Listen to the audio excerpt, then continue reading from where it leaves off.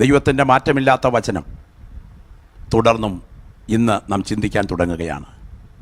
തികച്ചും ഏകാഗ്രതയോടെ, ഒരു പഠന മനോഭാവത്തോടുകൂടെ, ഒരു വേദവിദ്യാർത്ഥിയുടെ ഹൃദയത്തോടുകൂടെ അല്പമിനിറ്റുകൾ നമുക്ക് തിരുവെഴുത്തിലേക്ക് നമ്മുടെ ശ്രദ്ധയെ കേന്ദ്രീകരിക്കാം. ഒരു പ്രശസ്തനായ രാജാവ്, കവിഭാഷയിൽ വിരിഞ്ഞതാണ് ആ രാജാവിനെക്കുറിച്ചുള്ള ചിത്രം.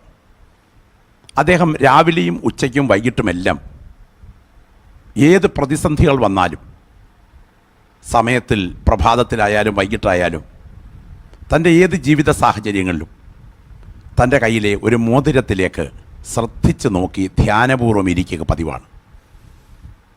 എന്താണ് ഇത്ര ഉജ്ജ്വലമായി ആ മോതിരത്തിലുള്ളത്? രാജ്യത്തിനെതിരെയുള്ള യുദ്ധത്തെ സംബന്ധിച്ചുള്ള അറിവ് കിട്ടുമ്പോഴും താൻ ആ മോതിരത്തിലേക്ക് അല്പ സെക്കൻഡുകൾ നോക്കി ധ്യാനപൂർവ്വം ഇരിക്കാറുണ്ട്. അതിനുശേഷം കണ്ണുവലിച്ച് താൻ തന്നെ ഉത്തരവാദിത്വത്തിൽ ജാഗരൂകനാകും. എന്താണ് ആ മോതിരത്തിൽ എഴുതിയിരിക്കുന്നതെന്ന് അറിയാമോ? ഈ സമയവും കടന്നു പോകും. ശ്രദ്ധേയനായ ഒരു കവി ഭാഷയിൽ തയ്യാറാക്കിയ രാജാവിൻ്റെ ചിത്രീകരണത്തിലെ പ്രധാനപ്പെട്ടൊരു ഭാഗമാണ് ഈ സമയവും കടന്നു പോകും. ഒന്നും സ്ഥിരമായി നിലകൊള്ളുന്നില്ല. സമയം അതിവേഗം ഓടുകയാണ്. നാം ഇപ്പോൾ ലോക്ക്ഡൗൺ കാലഘട്ടത്തിലാണ് എത്തി നിൽക്കുന്നത്. മനുഷ്യജാതിയുടെ ചരിത്രത്തിൽ നിരവധി വൈറസ് ബാധകളും അതിന് മനുഷ്യകുലമെടുത്ത സംരക്ഷണ ഉപാധികളുമൊക്കെയുണ്ട്. എന്നാൽ ഒരു വസ്തുത ആമുഖത്തിൽ തന്നെ പറയട്ടെ, ഈ സമയവും കടന്നു പോകും. ഒപ്പം നമ്മുടെ ആയുസ്സിൻ്റെ ദിനങ്ങൾ അതിവേഗം ഓടുകയാണ്. ഭക്തനായ ഇയ്യോബ് മനുഷ്യജീവിതത്തെ തലമുടി നാരിഴ കീറി വിലയിരുത്തിക്കൊണ്ട് ഇങ്ങനെ പറയുന്നു: എൻ്റെ നാളുകൾ നെയ്ത്ത് തോടത്തിലും വേഗതയുള്ളത്. തറി നെയ്യേണ്ടതിനു വേണ്ടി ഉപയോഗിക്കുന്ന ഉപകരണത്തിൽ ഒരു പ്രധാനപ്പെട്ട ഭാഗമാണ് തോടം. ഊടുപാവ നൂലുകൾ നെയ്ത് നീങ്ങുന്നതിനിടയിൽ തോടം വളരെ പ്രസക്തമാണ് തോടത്തിൻ്റെ പ്രവൃത്തി. കടകടാരവങ്ങളോടുകൂടെ ആ ഉപകരണം അതിവേഗം അങ്ങോട്ടും ഇങ്ങോട്ടും ഓടിക്കൊണ്ടിരിക്കുമ്പോൾ ഊടുപാവ് നൂലുകൾ ഇതിനകത്ത് നെയ്ത്ത് നടന്നുകൊണ്ടിരിക്കുകയാണ്. നെയ്ത്ത് തോടത്തിൻ്റെ ചലനങ്ങൾക്കനുസരിച്ച് നെയ്ത്ത് തറയിൽ നെയ്ത്ത് നടന്നുകൊണ്ടിരിക്കുന്നത് പോലെ എൻ്റെ ജീവിതം അതിവേഗം ഓടിക്കൊണ്ടിരിക്കുന്നു. ഇഴപ്പിണക്കങ്ങൾ തീർക്കുവാനും തറിയുടെ ക്വാളിറ്റി നിശ്ചയിക്കുവാനും സൂക്ഷ്മതയോടെ നെയ്ത്ത് നടത്താനുള്ള സമയം ഇപ്പോഴാണ്. പണി കഴിഞ്ഞതിന് ശേഷം ഇഴപ്പിണക്കങ്ങളുള്ള തുണി രണ്ടാം തരത്തിലേക്ക് തള്ളപ്പെടും. അതിനു മുൻപ്, ജീവിതത്തിൻ്റെ സന്ധി എത്തുന്നതിന് മുൻപ് ഇന്ന് നമുക്ക് ക്രമീകരിക്കേണ്ട ഭാഗങ്ങൾ ക്രമീകരിക്കാൻ കഴിയണം. ഒരു ദിവസം നാം നിത്യതയിലെത്തും. പിന്നിട്ട വഴികളെ നാം പുറകോട്ട് തിരിഞ്ഞു നോക്കും. അപ്പോൾ ക്രിസ്റ്റൽ പോലെ, രത്നങ്ങൾ പോലെ തിളങ്ങുന്ന ചില പ്രത്യേക രംഗങ്ങൾ നമുക്ക് ഓർമ്മ വരും. അത് ഈ ഭൂമിയിലെ ഭൗതിക നേട്ടങ്ങൾക്ക് വേണ്ടി ഓടിയ കാലമായിരിക്കയില്ല. നിത്യതയ്ക്ക് പ്രാധാന്യം നൽകിക്കൊണ്ട് ചില ഒഴിച്ച കാലമായിരിക്കും. അതെ, ആയുസ്സിൻ്റെ ദിനങ്ങൾ മുൻപോട്ട് നീങ്ങുമ്പോൾ നിത്യതയുടെ വെളിച്ചത്തിൽ ജീവിക്കുവാൻ നമുക്ക് നമ്മെ തന്നെ ഒന്ന് ഒരുക്കി കൊടുക്കുവാൻ ഈ വചനത്തിന് മുൻപിൽ ഇടയാകട്ടെ എന്ന് പ്രാർത്ഥിച്ചുകൊണ്ട് ഒരു വേദഭാഗത്തിലേക്ക് ഞാൻ നിങ്ങളുടെ ശ്രദ്ധയെ ക്ഷണിക്കുകയാണ്. ലൂക്കോസിൻ്റെ സുവിശേഷം 12-ാം അധ്യായം 16 മുതൽ 21 വരെ നമ്മുടെ വാഴ്ത്തപ്പെട്ട കർത്താവ് ഓർപ്പിച്ച ശ്രദ്ധേയമായ ഒരു ഉപമ. അതിൻ്റെ പശ്ചാത്തലത്തിൽ നിന്നുകൊണ്ട് വെളിപ്പാട് പുസ്തകം 20-ാം അധ്യായം അതിൻ്റെ 11-ാമത്തെ വാക്യവും 15-ാമത്തെ വാക്യവും നമ്മൾ ചിന്തിക്കാൻ തുടങ്ങുകയാണ്. വളരെ പ്രാർത്ഥനാപൂർവം പ്രിയപ്പെട്ടവർ ഈ വേദഭാഗത്തിലേക്ക് ശ്രദ്ധ കേന്ദ്രീകരിക്കുക. ബൈബിൾ തുറന്ന് ഒരു പഠന മനോഭാവത്തോടെ നിങ്ങൾ കർത്തൃസന്നിധിയിലായിരിക്കുക. തിരുവെഴുത്തിലേക്ക് നമുക്ക് ശ്രദ്ധ കേന്ദ്രീകരിക്കാം. ലൂക്കോസ് 12:16 മുതൽ വായിച്ചു. ഒരു ഉപമയും അവരോട് പറഞ്ഞത്: ധനവാനായ ഒരു മനുഷ്യൻ്റെ ഭൂമി നന്നായി വിളഞ്ഞു. അപ്പോൾ അവൻ, ഞാൻ എന്തു ചെയ്യേണ്ടു? എൻ്റെ വിളവ് കൂട്ടിവയ്പ്പാൻ സ്ഥലം പോരാ എന്ന് ഉള്ളിൽ വിചാരിച്ചു. പിന്നെ അവൻ പറഞ്ഞത്, ഞാൻ ഇത് ചെയ്യും.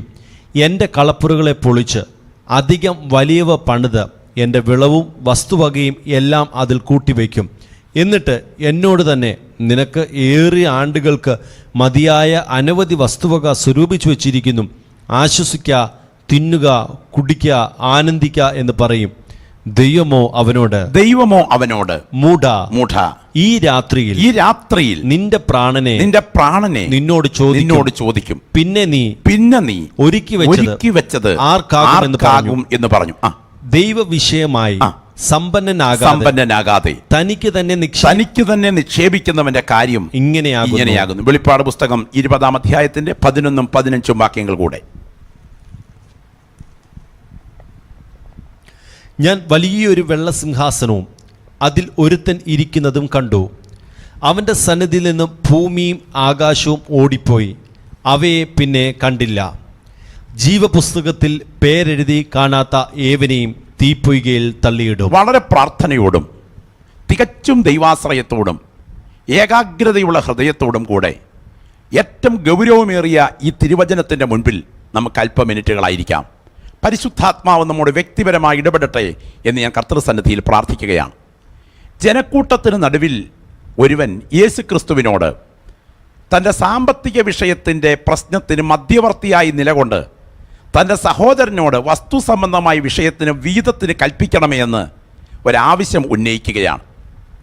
യേശുവിൻ്റെ പ്രഭാഷണ മധ്യത്തിൽ ജനക്കൂട്ടത്തിന് മധ്യത്തിൽ ഉയർന്ന ഈ പ്രധാനപ്പെട്ട വിഷയം വിലയിരുത്തിക്കൊണ്ട് യേശു അവനോട് പറയുകയാണ്, ഹേ മനുഷ്യ, എന്നെ തനിക്ക് ന്യായകർത്താവും വസ്തു വീതം വെക്കുന്നവനുമാക്കിയതാരാ? ഞാൻ നിന്റെ വസ്തു വർദ്ധിപ്പിക്കുവാനോ നിന്റെ ഭൗതിക നേട്ടങ്ങൾ വെട്ടിപ്പിടിക്കുവാനോ ഒരു മീഡിയമാകാൻ ഈ ഭൂമിയിലേക്ക് വന്നവനല്ല. 6 അടി മണ്ണിൽ തീരുന്ന ഭൗതിക നേട്ടങ്ങളെ വർദ്ധിപ്പിക്കുവാൻ എന്നെ മാധ്യമമാക്കാം എന്ന് നീ വിചാരിച്ചാൽ നിനക്ക് തെറ്റി. ഞാൻ അതിനുവേണ്ടി ഈ മണ്ണിൽ വന്നവനല്ല. പിന്നെ മനുഷ്യവർഗത്തിൻ്റെ മുൻപിൽ ഉയർന്നു നിൽക്കുന്ന അപകടകരമായ ഒരു വിഷയത്തിന് മുൻപിൽ അതിമോഹം, മനുഷ്യൻ്റെ ഉള്ളിൽ ഉയരുന്ന അതിമോഹം എന്ന അതിഭയങ്കരമായ അപകടത്തിൻ്റെ മുൻപിൽ ഒരു ചെങ്കൊടി ഉയർത്തി കാട്ടിക്കൊണ്ട്, ഒരു സ്റ്റോപ്പ് സിഗ്നൽ കാട്ടിക്കൊണ്ട് യേശു പറഞ്ഞ ഏറ്റവും കുറിക്കുകൊള്ളുന്ന ഒരു ഉപമയാണ് നമ്മളിവിടെ വായിച്ചു കേട്ടത്. ആ പശ്ചാത്തലത്തിൽ നമ്മുടെ ജീവിതത്തെ ഇന്ന് ഈ ആലോചനയിൽ നമുക്കൊന്ന് പങ്കുവെച്ച് വിലയിരുത്തണം. ഒരു മനുഷ്യൻ്റെ കൃഷിഭൂമി നന്നായി വിളഞ്ഞു. നന്നായി വിളയണമെങ്കിൽ അയാൾ എന്ത് ചെയ്തിരിക്കണം? കയ്യും കെട്ടിക്കിടന്ന് ഉറങ്ങുന്നവൻ്റെ കൃഷിഭൂമി നന്നായി വിളയത്തില്ല. ആരുടെയെങ്കിലും കൃഷിഭൂമി നന്നായി വിളയണമെങ്കിൽ അയാൾ കഠിനാധ്വാനി ആയിരിക്കണം. മണ്ണിനോട് മല്ലടിക്കുന്നവൻ്റെ കൃഷിഭൂമി മാത്രമേ നന്നായി വിളയത്തുള്ളൂ. വെറുതെ കൃഷിഭൂമി നന്നായി വിളയുമെന്ന് ആർക്കും വ്യാമോഹം വേണ്ട. അപ്പോൾ നമ്മുടെ കഥാപാത്രം മടിയനല്ല, കഠിനാധ്വാനിയാണ്. സ്വന്തം കഠിനാധ്വാനത്താൽ വിയർപ്പിറക്കി മണ്ണിൽ അധ്വാനിച്ച് കൃഷിഭൂമിയിൽ പൊന്നു വിളയിക്കുന്ന ആദരിക്കപ്പെടേണ്ട ഒരു കർഷകനാണ് ഇദ്ദേഹം. ഇദ്ദേഹത്തെക്കുറിച്ച് എന്ത് കുറ്റമാണ് പറയാനായിട്ടുള്ളത്? പക്ഷേ യേശു അയാളെ വിളിക്കുന്നത് മൂഢ എന്നാണ്. വെട്ടിപ്പിടിച്ചതും തട്ടിപ്പറിച്ചതും പറ്റിച്ചെടുത്തതും ഒപ്പിച്ചെടുത്തതും തന്ത്രപൂർവ്വം കൈവശമാക്കിയതും കബളിപ്പിച്ചുണ്ടാക്കിയതും ഒന്നുമല്ല ഇദ്ദേഹത്തിൻ്റെ കൃഷിഭൂമിയിലെ സമ്പത്ത്. മണ്ണിനോട് മല്ലടിച്ച് കഠിനാധ്വാനം ചെയ്ത് തൻ്റെ ഉപജീവനത്തിന് വേണ്ടി ഉണ്ടാക്കിയതിൻ്റെ കൂട്ടത്തിൽ ദീർഘകാലത്തെ സമ്പത്തിന് വേണ്ടി തൻ്റെ പരിശ്രമ ഫലമായി ഉണ്ടാക്കിയതാണ് അദ്ദേഹത്തിൻ്റെ കഠിനാധ്വാനത്താൽ ഉണ്ടാക്കിയ സമ്പത്താണ്. ഞാനൊരു ചോദ്യം പ്രിയപ്പെട്ടവരോട് ചോദിക്കട്ടെ. സ്വന്തം കഠിനാധ്വാനത്താൽ ഉണ്ടാക്കിയ സമ്പത്തിനെ സ്വന്തം കുടുംബത്തിൻ്റെയും തൻ്റെയും സുരക്ഷിതത്വത്തിന് വേണ്ടി ബുദ്ധിപൂർവമായി ഡിപ്പോസിറ്റ് ചെയ്യുന്നത് തെറ്റാണോ? സ്വന്തം കഠിനാധ്വാനത്താൽ ഉണ്ടാക്കിയ, കട്ടുമോട്ടിച്ച് ഉണ്ടാക്കാതെ സ്വന്തം കഠിനാധ്വാനത്താൽ ഉണ്ടാക്കിയ സമ്പത്തിനെ അന്യാധീനപ്പെടുത്തി കളയാതെ, നഷ്ടപ്പെടുത്തി കളയാതെ സ്വന്തം കുടുംബത്തിൻ്റെ ഭാവി സുരക്ഷിതത്വത്തിന് വേണ്ടി വിദഗ്ധമായി ഡിപ്പോസിറ്റ് ചെയ്യുന്നവൻ ബുദ്ധിമാനാണോ ബുദ്ധിഹീനനാണോ? മൂഢനാണോ ധന്യനാണോ? ഈ ഭൂമിയിൽ ഒരാൾ ബുദ്ധിമാനാണ് എന്ന് വിലയിരുത്തുന്നത് എന്തിൻ്റെ വെളിച്ചത്തിലാണ്? ചുരുക്കി അങ്ങ് പറയാം, ബാങ്ക് ബാലൻസിൻ്റെ വെളിച്ചത്തിലാണ്. ഒരാൾക്ക് കൂടുതൽ ബാലൻസും അയാളുടെ ജീവിതം കൂടുതൽ ഭൗതികോന്മുഖമായി സെറ്റപ്പുമാണെങ്കിൽ അയാൾ ബുദ്ധിമാനെന്ന് ആളുകൾ പറയും. ഭൗതികമായി തകർച്ച അനുഭവിക്കുന്ന ഒരുവനെ നോക്കി ബുദ്ധിമാനെന്ന് ലോകത്തിൽ ആരും പറയില്ല. അങ്ങനെയാണെങ്കിൽ ഭൗതിക സമൃദ്ധിയുടെ നെറുകയിൽ ബുദ്ധിപൂർവമായി സാമ്പത്തിക മേഖല കൈകാര്യം ചെയ്യുന്നവനെ ബുദ്ധിമാനെന്നും സാമ്പത്തിക വിഷയത്തിൽ സൂക്ഷ്മത പുലർത്താത്തവനെ മൂഢനെന്നും ലോകം പറയും. എന്നാൽ യേശു ഇതാ സുരക്ഷിതത്വത്തോടുകൂടെ സാമ്പത്തികത്വത്തിൻ്റെ നെറുകയിൽ കുടുംബത്തിൻ്റെ ഭാവിക്ക് വേണ്ടി വിദഗ്ധമായി ഡിപ്പോസിറ്റ് ചെയ്തവനെ മൂഢ എന്ന് വിളിച്ചു. എന്തുകൊണ്ട് അവൻ മൂഢനായി? ഇനി അവൻ മൂഢനാണെങ്കിൽ അവനേക്കാൾ എത്രയോ ഡിഗ്രി എടുത്ത മൂഢന്മാരാണ് നമ്മൾ പലരും. ഇവൻ കഠിനാധ്വാനിയായിരുന്നു. സ്വന്തം സുരക്ഷിതത്വത്തിന് വേണ്ടി, ഭാവിക്ക് വേണ്ടി ഡിപ്പോസിറ്റ് ചെയ്ത കഠിനാധ്വാനി. പക്ഷേ ആ രാത്രിയിൽ അവൻ്റെ തലയുടെ പിൻപിൽ ഒരു ശബ്ദം മുഴങ്ങി, ഒരു അശരീരി ശബ്ദം മുഴങ്ങി. മൂഢ, ഈ രാത്രിയിൽ നിന്റെ പ്രാണനെ നിന്നോട് ചോദിക്കും, പിന്നെ നീ ഒരുക്കി വെച്ചതാർക്കാകും? തട്ടിപ്പും വെട്ടിപ്പും വളപ്പും വഞ്ചനയും വക്രതയും പൂഴ്ത്തിവയ്പ്പും ഒന്നും ഇയാളുടെ സ്വഭാവമായിരുന്നില്ല. ഇയാളുടെ സ്വഭാവം കഠിനാധ്വാനം കൊണ്ട് നേടിയതിനെ സ്വന്തം കുടുംബത്തിൻ്റെ സുരക്ഷിതത്വത്തിനായി സത്യസന്ധമായി ഉപയോഗിക്കാൻ പ്ലാൻ ചെയ്തു എന്ന് മാത്രമാണ്. അപ്പോൾ ഇയാൾ എന്തുകൊണ്ട് മൂഢനായി? എന്നെ കേൾക്കുന്ന പ്രിയപ്പെട്ടവർ ഇരുത്തി ചിന്തിക്കുക, എന്തുകൊണ്ട് മൂഢനായി? പറയാം മൂഢനായത് എന്തുകൊണ്ടാണെന്ന്. ഇദ്ദേഹം ഭാവി പ്ലാൻ ചെയ്യുകയാണ്. എവിടെ വരെ പ്ലാൻ ചെയ്തു?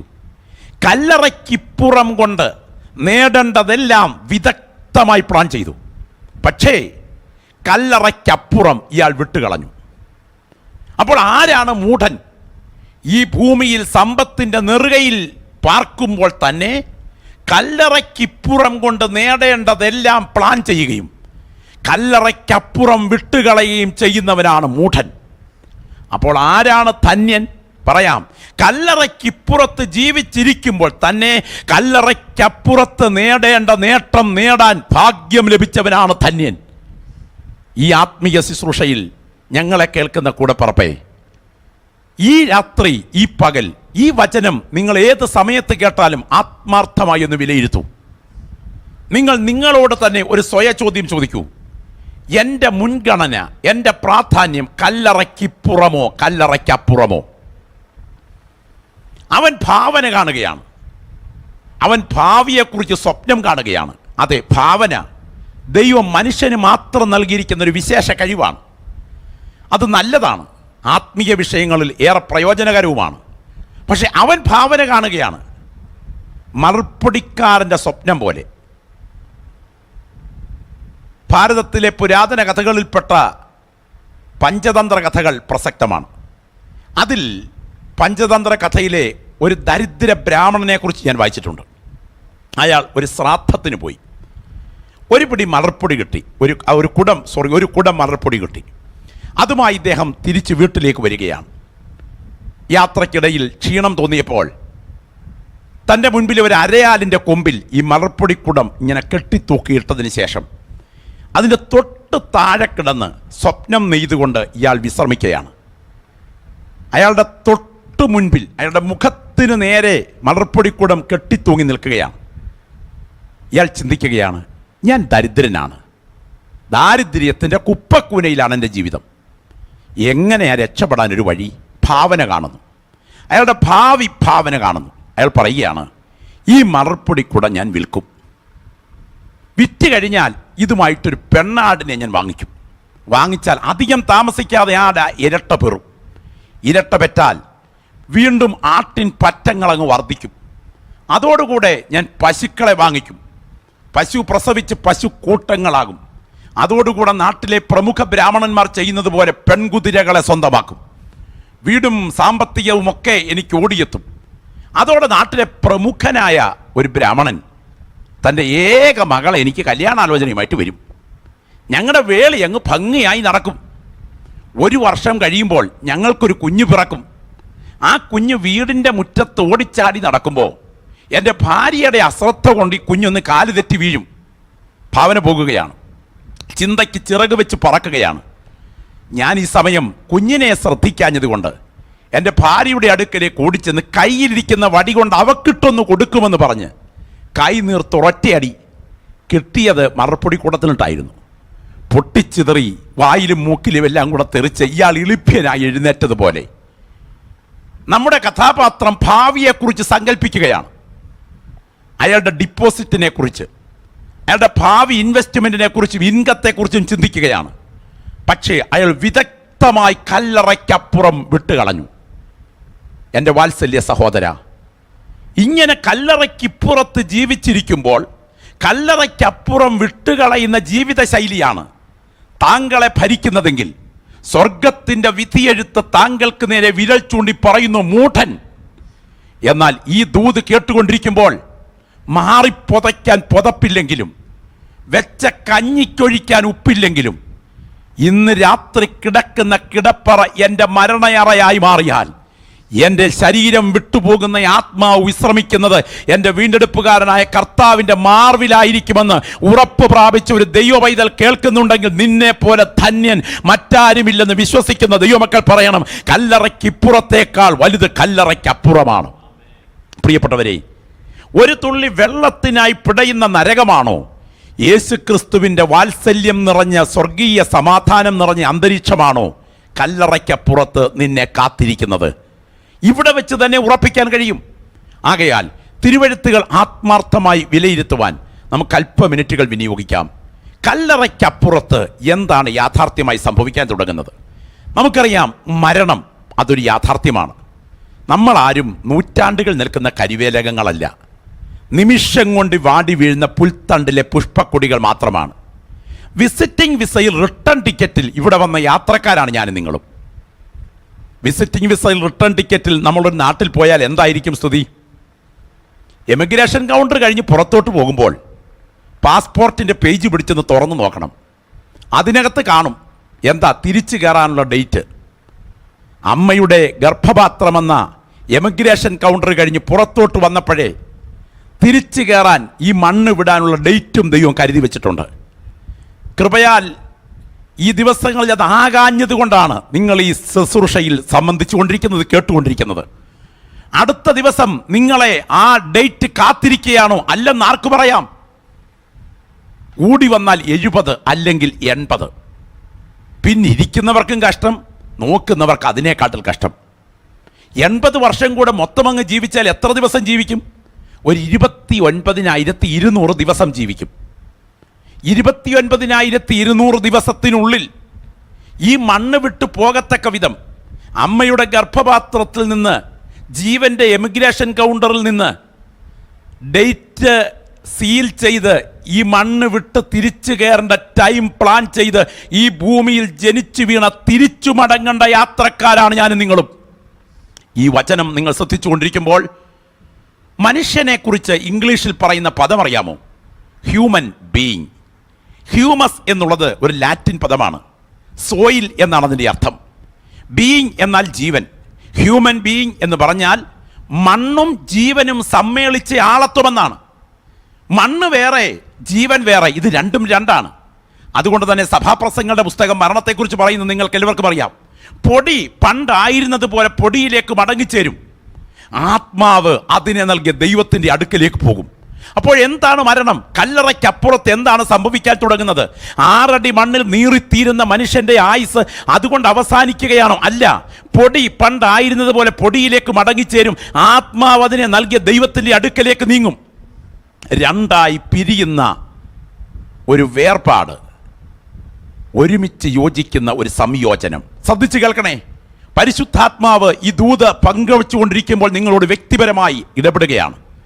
സർവശക്തനായ ദൈവം തൻ്റെ ഇച്ഛ നിർവഹിപ്പാൻ ഉച്ചരിച്ചുണ്ടാക്കിയ ഭൂമിയിലേക്ക് ഇറങ്ങി വന്ന് ഒരു പിടി മണ്ണെടുത്ത് കരുത്തുറ്റ കരങ്ങൾ കൊണ്ട് കരുതിക്കൂട്ടി കളിമണ്ണിൽ സർവശക്തൻ്റെ കരം ഓടി ഒഴുകിയപ്പോൾ ഉണ്ടായി വന്ന ആ കളിമൺ രൂപമാണ് എൻ്റെ നിങ്ങളുടെ ശരീരം. ഇതിൻ്റെ ആർക്കിടെക്ട് പ്ലാൻ സർവശക്തൻ്റെ ഹൃദയത്തിനുണ്ടായതാണ്. സ്തോത്രം. എന്നിട്ട് ആ മൂക്കിൽ ജീവശ്വാസം സന്നിവേശിപ്പിച്ച് മനുഷ്യൻ ജീവനുള്ള ദേഹിയായി മാറി. അപ്പോൾ 2 സത്തകളുടെ സമഞ്ജസമായ ഏകീകൃതമായ സമ്മേളനമാണ് മനുഷ്യ ശരീരം. 1 മണ്ണ്, 2 സർവശക്തന്റെ ജീവശ്വാസം.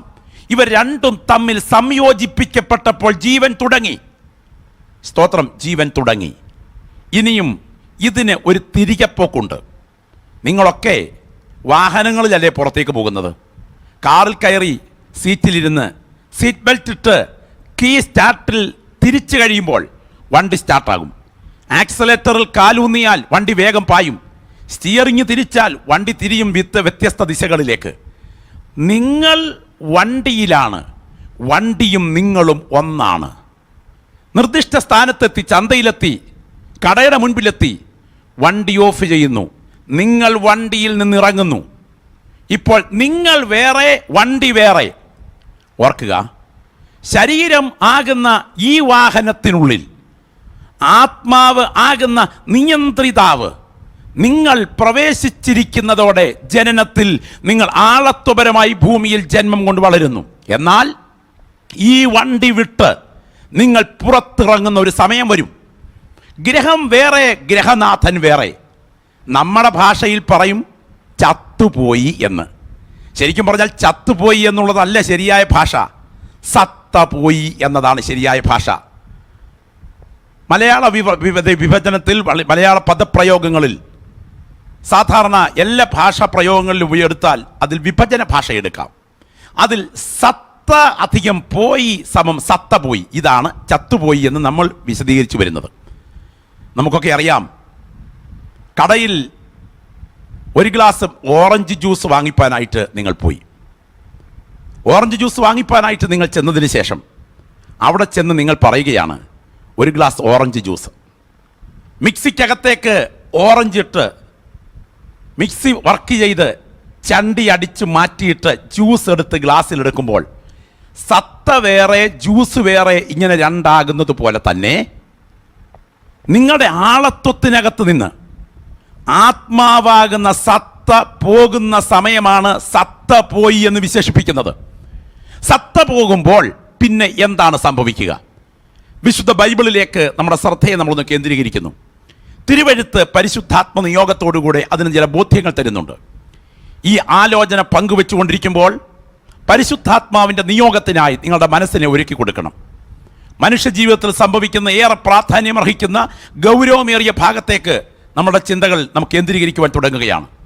ആയതുകൊണ്ട് മൂഢ എന്ന ദൈവശബ്ദത്തിന് നിങ്ങൾ വിധേയരാകാതിരിക്കത്തക്ക വിധം നിങ്ങളുടെ ജീവിതത്തെ ഒരുക്കേണ്ടതിന് ദൈവാത്മാവ് നിങ്ങളെ ക്ഷണിക്കുകയാണ്. ഒരിക്കൽ കൂടെ വായിക്കട്ടെ, വെളിപ്പാട് പുസ്തകം 20:11 മുതൽ.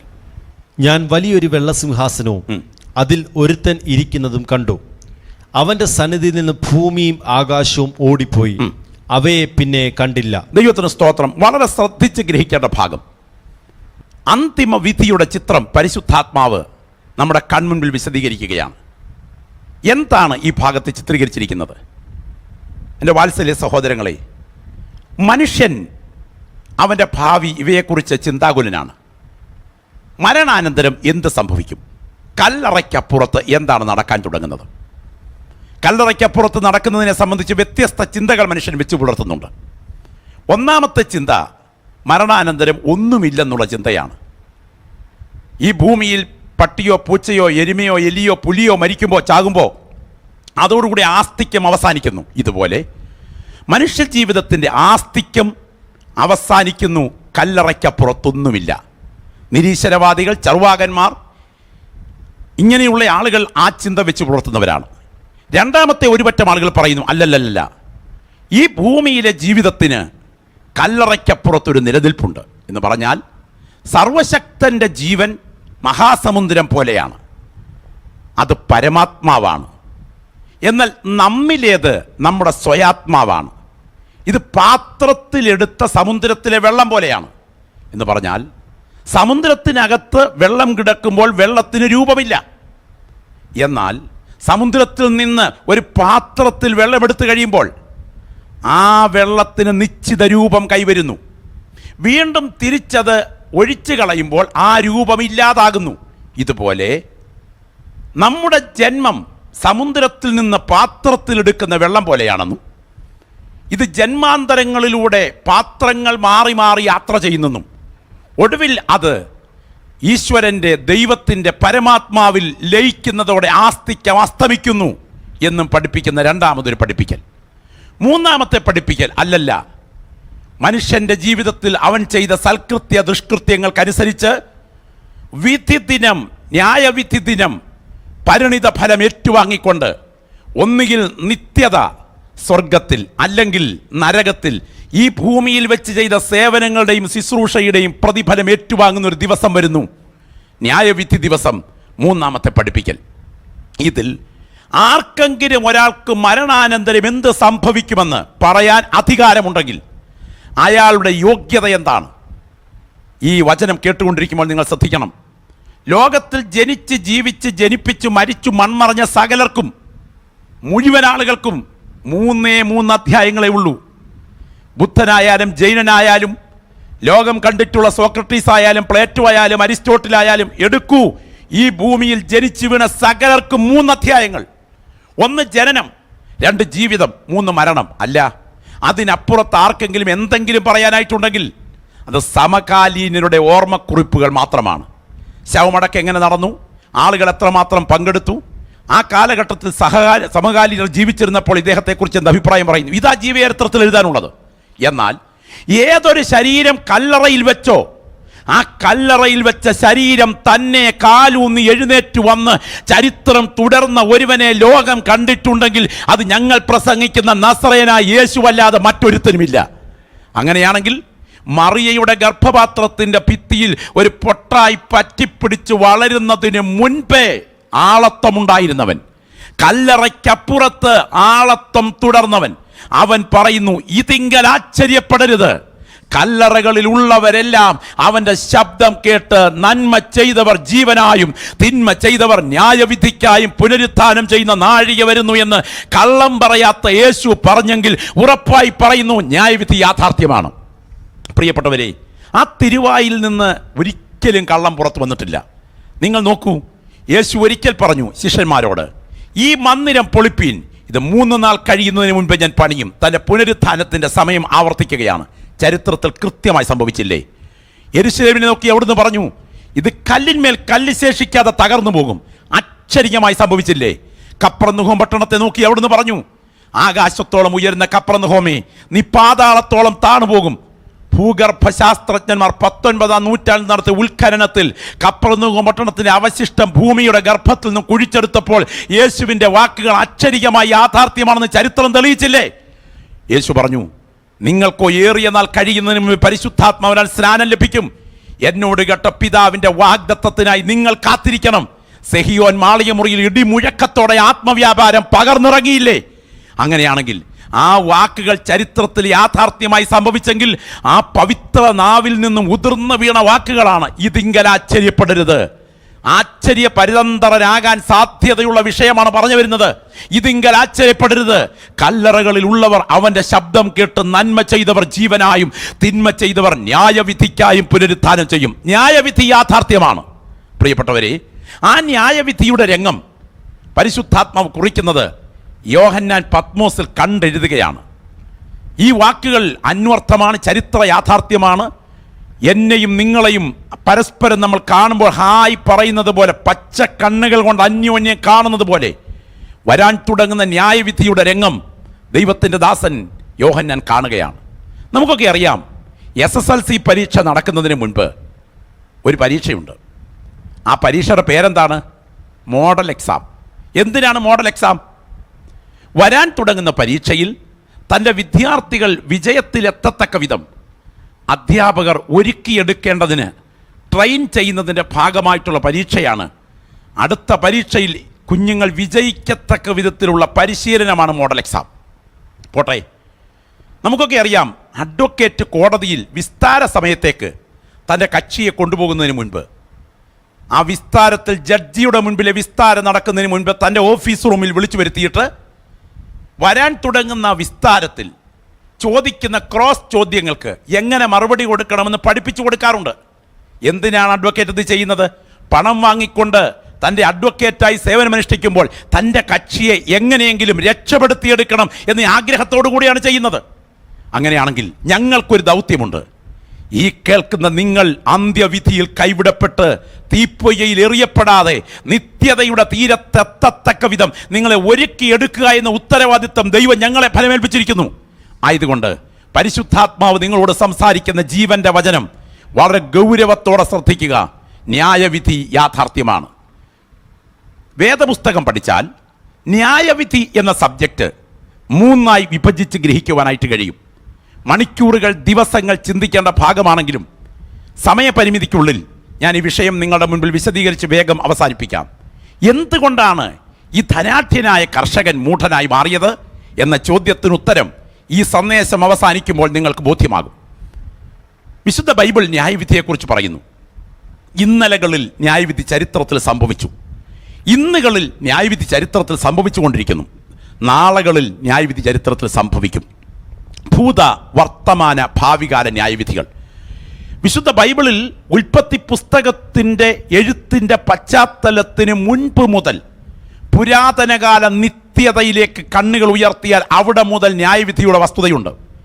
രാപ്പകൽ ഭേദമന്യേ ദൈവത്തെ ആരാധിച്ച ദൂതഗണങ്ങൾ പാപം ചെയ്തപ്പോൾ കരുണ ലെവലേശം കൂടാതെ ഇരുട്ടിൻ്റെ ദൂതന്മാരായി വെട്ടിയെറിഞ്ഞ ജഡ്ജിയായ മഹാദൈവമാണ് നാം സേവിക്കുന്ന ദൈവമെങ്കിൽ, ഏദൻ പൂങ്കാവനത്തിന് ആദി മാതാപിതാക്കൾ പാപക്കനി പിടിച്ചു കടിച്ച് പതനം ഭവിച്ച് പാപം ചെയ്തപ്പോൾ പൊക്കോട്ടെ കണ്ണടച്ചേക്കാമെന്ന് വെച്ച് കണ്ണടയ്ക്കാതെ കവാടമടച്ച് അത് ദൂതന്മാരെ കെരൂബുകളെ വാളിൻ്റെ ജ്വാലയുമാക്കി നിർത്തി ആദാമ്യ കുടുംബത്തെ ന്യായം വിധിച്ച ദൈവമാണ് നാം സേവിക്കുന്ന ദൈവമെങ്കിൽ, നോഹയ്ക്ക് തലമുറ പാപം ചെയ്തപ്പോൾ ഒരു ജനതയെ പ്രളയജലത്താൽ തുടച്ചു മാറ്റി 8 പേരെ പെട്ടകത്തിൽ സംരക്ഷിക്കാൻ തക്കവണ്ണം ദൈവത്തിൻ്റെ വിധി ചരിത്രത്തിൽ ഉയർന്നെങ്കിൽ, സോദോം ഗൊമോറ നിവാസികൾ പാപം ചെയ്തപ്പോൾ പൊക്കോട്ടെ കണ്ണടച്ചേക്കാമെന്ന് വിചാരിക്കാതെ ഗേ ലെസ്ബിയൻ മ്ലേച്ഛതകൾ ഉയർന്ന ആണോടാണ് അവലക്ഷണമായത് പെരുമാറിയ പച്ച മ്ലേച്ഛതകൾ ഉയർന്ന ആ പശ്ചാത്തലത്തിൽ ആകാശത്ത് നിന്ന് അഗ്നിഗന്ധകങ്ങളെ വർഷിച്ച് ചരിത്രത്തിൻ്റെ തീക്കടലാക്കി സോദോമും പുത്രി നഗരങ്ങളുടെയും അവശിഷ്ടങ്ങൾ കത്തിക്കരിഞ്ഞ് കൺമുൻപിൽ കിടക്കുമ്പോൾ ഈ തലമുറയോടും വേദപുസ്തകം വിളിച്ചു പറയുന്നു, ന്യായം വിധിക്കുന്ന ഒരു ദൈവമുണ്ട്. പ്രിയപ്പെട്ടവരെ, തിരുവെഴുത്തിലെ ഓരോ ഭാഗങ്ങൾ പഠിച്ചു നോക്കൂ. ദൈവത്തിന് സ്തോത്രം. ഭക്തനായ ദാവീദ് പാപം ചെയ്തപ്പോൾ അവൻ്റെ മേൽ ദൈവത്തിൻ്റെ കരം പ്രതികൂലമായി ഉയർന്നില്ലേ? എന്തിന്? ദൈവത്തിന് സ്തോത്രം. ഇസ്രായേൽ പാപം ചെയ്തപ്പോൾ അവരുടെ ജനതയുടെ ആരാധനാ കേന്ദ്രം ഉൾപ്പെടെ ദൈവത്തിൻ്റെ വിധിക്ക് വിധേയമായില്ലേ? സ്തോത്രം. അനന്യ സബീറമാർ പരിശുദ്ധാത്മ വ്യാപാരം പകർന്നിറങ്ങിയ കാലത്ത് പാപം ചെയ്തപ്പോൾ ബാല്യക്കാർ അവർക്ക് വേണ്ടി ശവക്കുഴി വെട്ടേണ്ടി വന്നില്ലേ? സ്തോത്രം. അങ്ങനെയാണെങ്കിൽ വിശുദ്ധ ബൈബിൾ ന്യായം വിധിക്കുന്ന ദൈവത്തിൻ്റെ ചിത്രം നന്നായി വരച്ചു കാട്ടുന്നുണ്ട്. ദൈവത്തിൻ്റെ വിശിഷ്ട സ്വഭാവങ്ങൾ ഗ്രഹിക്കുമ്പോൾ ദൈവത്തിൻ്റെ കാലഗണന മനുഷ്യൻ്റെ കാലഗണനയുമായി കാല അനുപാതത്തിലല്ലാത്തത് കൊണ്ട് പെട്ടെന്ന് ന്യായം വിധിക്കുന്ന ദൈവമുണ്ടെന്ന് നമുക്ക് മനസ്സിലാക്കാൻ ബുദ്ധിമുട്ടുണ്ട് എന്ന് വളരെ ശ്രദ്ധിച്ച് ഞാൻ ഈ പറയുന്ന കാര്യങ്ങൾ ഗ്രഹിക്കുമ്പോൾ നിങ്ങൾക്ക് ബോധ്യമാകും. ഞാൻ എന്താണ് ആ പറഞ്ഞതെന്ന് നിങ്ങൾക്ക് മുൻപിൽ ഒന്നുകൂടെ ആവർത്തിക്കാം. ദൈവത്തിൻ്റെ കാലഗണന നമ്മുടെ കാലഗണനയുമായി കാലാനുപാതത്തിലല്ല. മലയാള പദപ്രയോഗങ്ങളിൽ അല്പം കഠിനമായി തോന്നുമെങ്കിലും കുറച്ചുകൂടെ മനസ്സിരുത്തി എൻ്റെ പ്രിയപ്പെട്ടവർ അതൊന്ന് വിലയിരുത്തണം. എന്താണ് കാലാനുപാതം? നമുക്കറിയാം, മനുഷ്യൻ്റെ ആയുസ് 70 സംവത്സരം, ഏറെയായാൽ 80 സംവത്സരം. COVID-19 എന്ന ഈ ദുരന്തം നമ്മുടെ തലമുറ കണ്ടിട്ടില്ല. അതുകൊണ്ട് തന്നെ നമ്മുടെ ആളുകൾക്ക് ഇതിനെ നേരിടാൻ അല്പമല്ലാത്ത ബുദ്ധിമുട്ടുണ്ട്. എന്നാൽ ഓർക്കുക, നമ്മുടെ കാലം കൊണ്ട് കാര്യങ്ങൾ പെട്ടെന്ന് തിരിച്ചടി നടക്കുമ്പോൾ ദൈവമുണ്ട്, ന്യായം വിധിക്കുന്നൊരു ദൈവമുണ്ട് എന്നൊരു ചിന്ത നമ്മുടെ മനസ്സിന് പെട്ടെന്ന് ഭരിക്കും. ദൈവത്തിൻ്റെ ആയുസ് എപ്പോഴാ? തിരുവെഴുത്ത് എങ്ങനെയാ? തിരുവെഴുത്ത് എന്താ പറയുന്നേ? ദൈവത്തിന് സ്തോത്രം. ദൈവത്തെക്കുറിച്ച് പറയുന്ന 1000 സംവത്സരം അവൻ്റെ ദൃഷ്ടിയിൽ ഇന്നലെ കഴിഞ്ഞുപോയ ഒരു യാമം പോലെ മാത്രം ഇരിക്കുന്നു. അതിൻ്റെ അർത്ഥം എന്താ? ഒരു യാമം നമ്മുടെ കൺമുൻപിൽ കടന്നു പോകുന്ന ലാഘവമേ ഉള്ളൂ ദൈവത്തിന് 1000 വർഷം പോകുന്നത്. ഒരു ദിവസം എത്ര യാമമുണ്ട്? 3 മണിക്കൂർ ഒരു യാമം, 4 യാമം ഒരു രാത്രി, 8 യാമം ഒരു ദിവസം, 24 മണിക്കൂർ. അങ്ങനെയാണെങ്കിൽ 8000 കൊല്ലം കടന്നു പോകുമ്പോൾ നമ്മുടെ ദൃഷ്ടിയിൽ ഒരു ദിവസം കടന്നു പോകുന്ന ലാഘവമേ ദൈവത്തിൻ്റെ നിത്യത്വത്തിനുള്ളൂ. അപ്പോൾ ദൈവത്തിൻ്റെ നിത്യത്വത്തിൻ്റെ കാലഗണനയിൽ മനുഷ്യനെ ഈ ഭൂമിയിലാക്കിയിട്ട് ദൈവത്തിൻ്റെ ഒരു ദിവസം പൂർണ്ണമായിട്ടില്ല.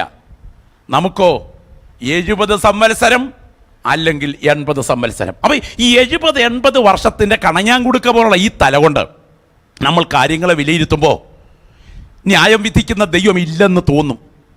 എന്നാൽ വേദപുസ്തക ചരിത്രം വ്യക്തമായി പറയുന്നു, ന്യായം വിധിക്കുന്ന ഒരു ദൈവമുണ്ട്. വർത്തമാനകാലത്ത് ന്യായം വിധിക്ക് നടക്കുമോ?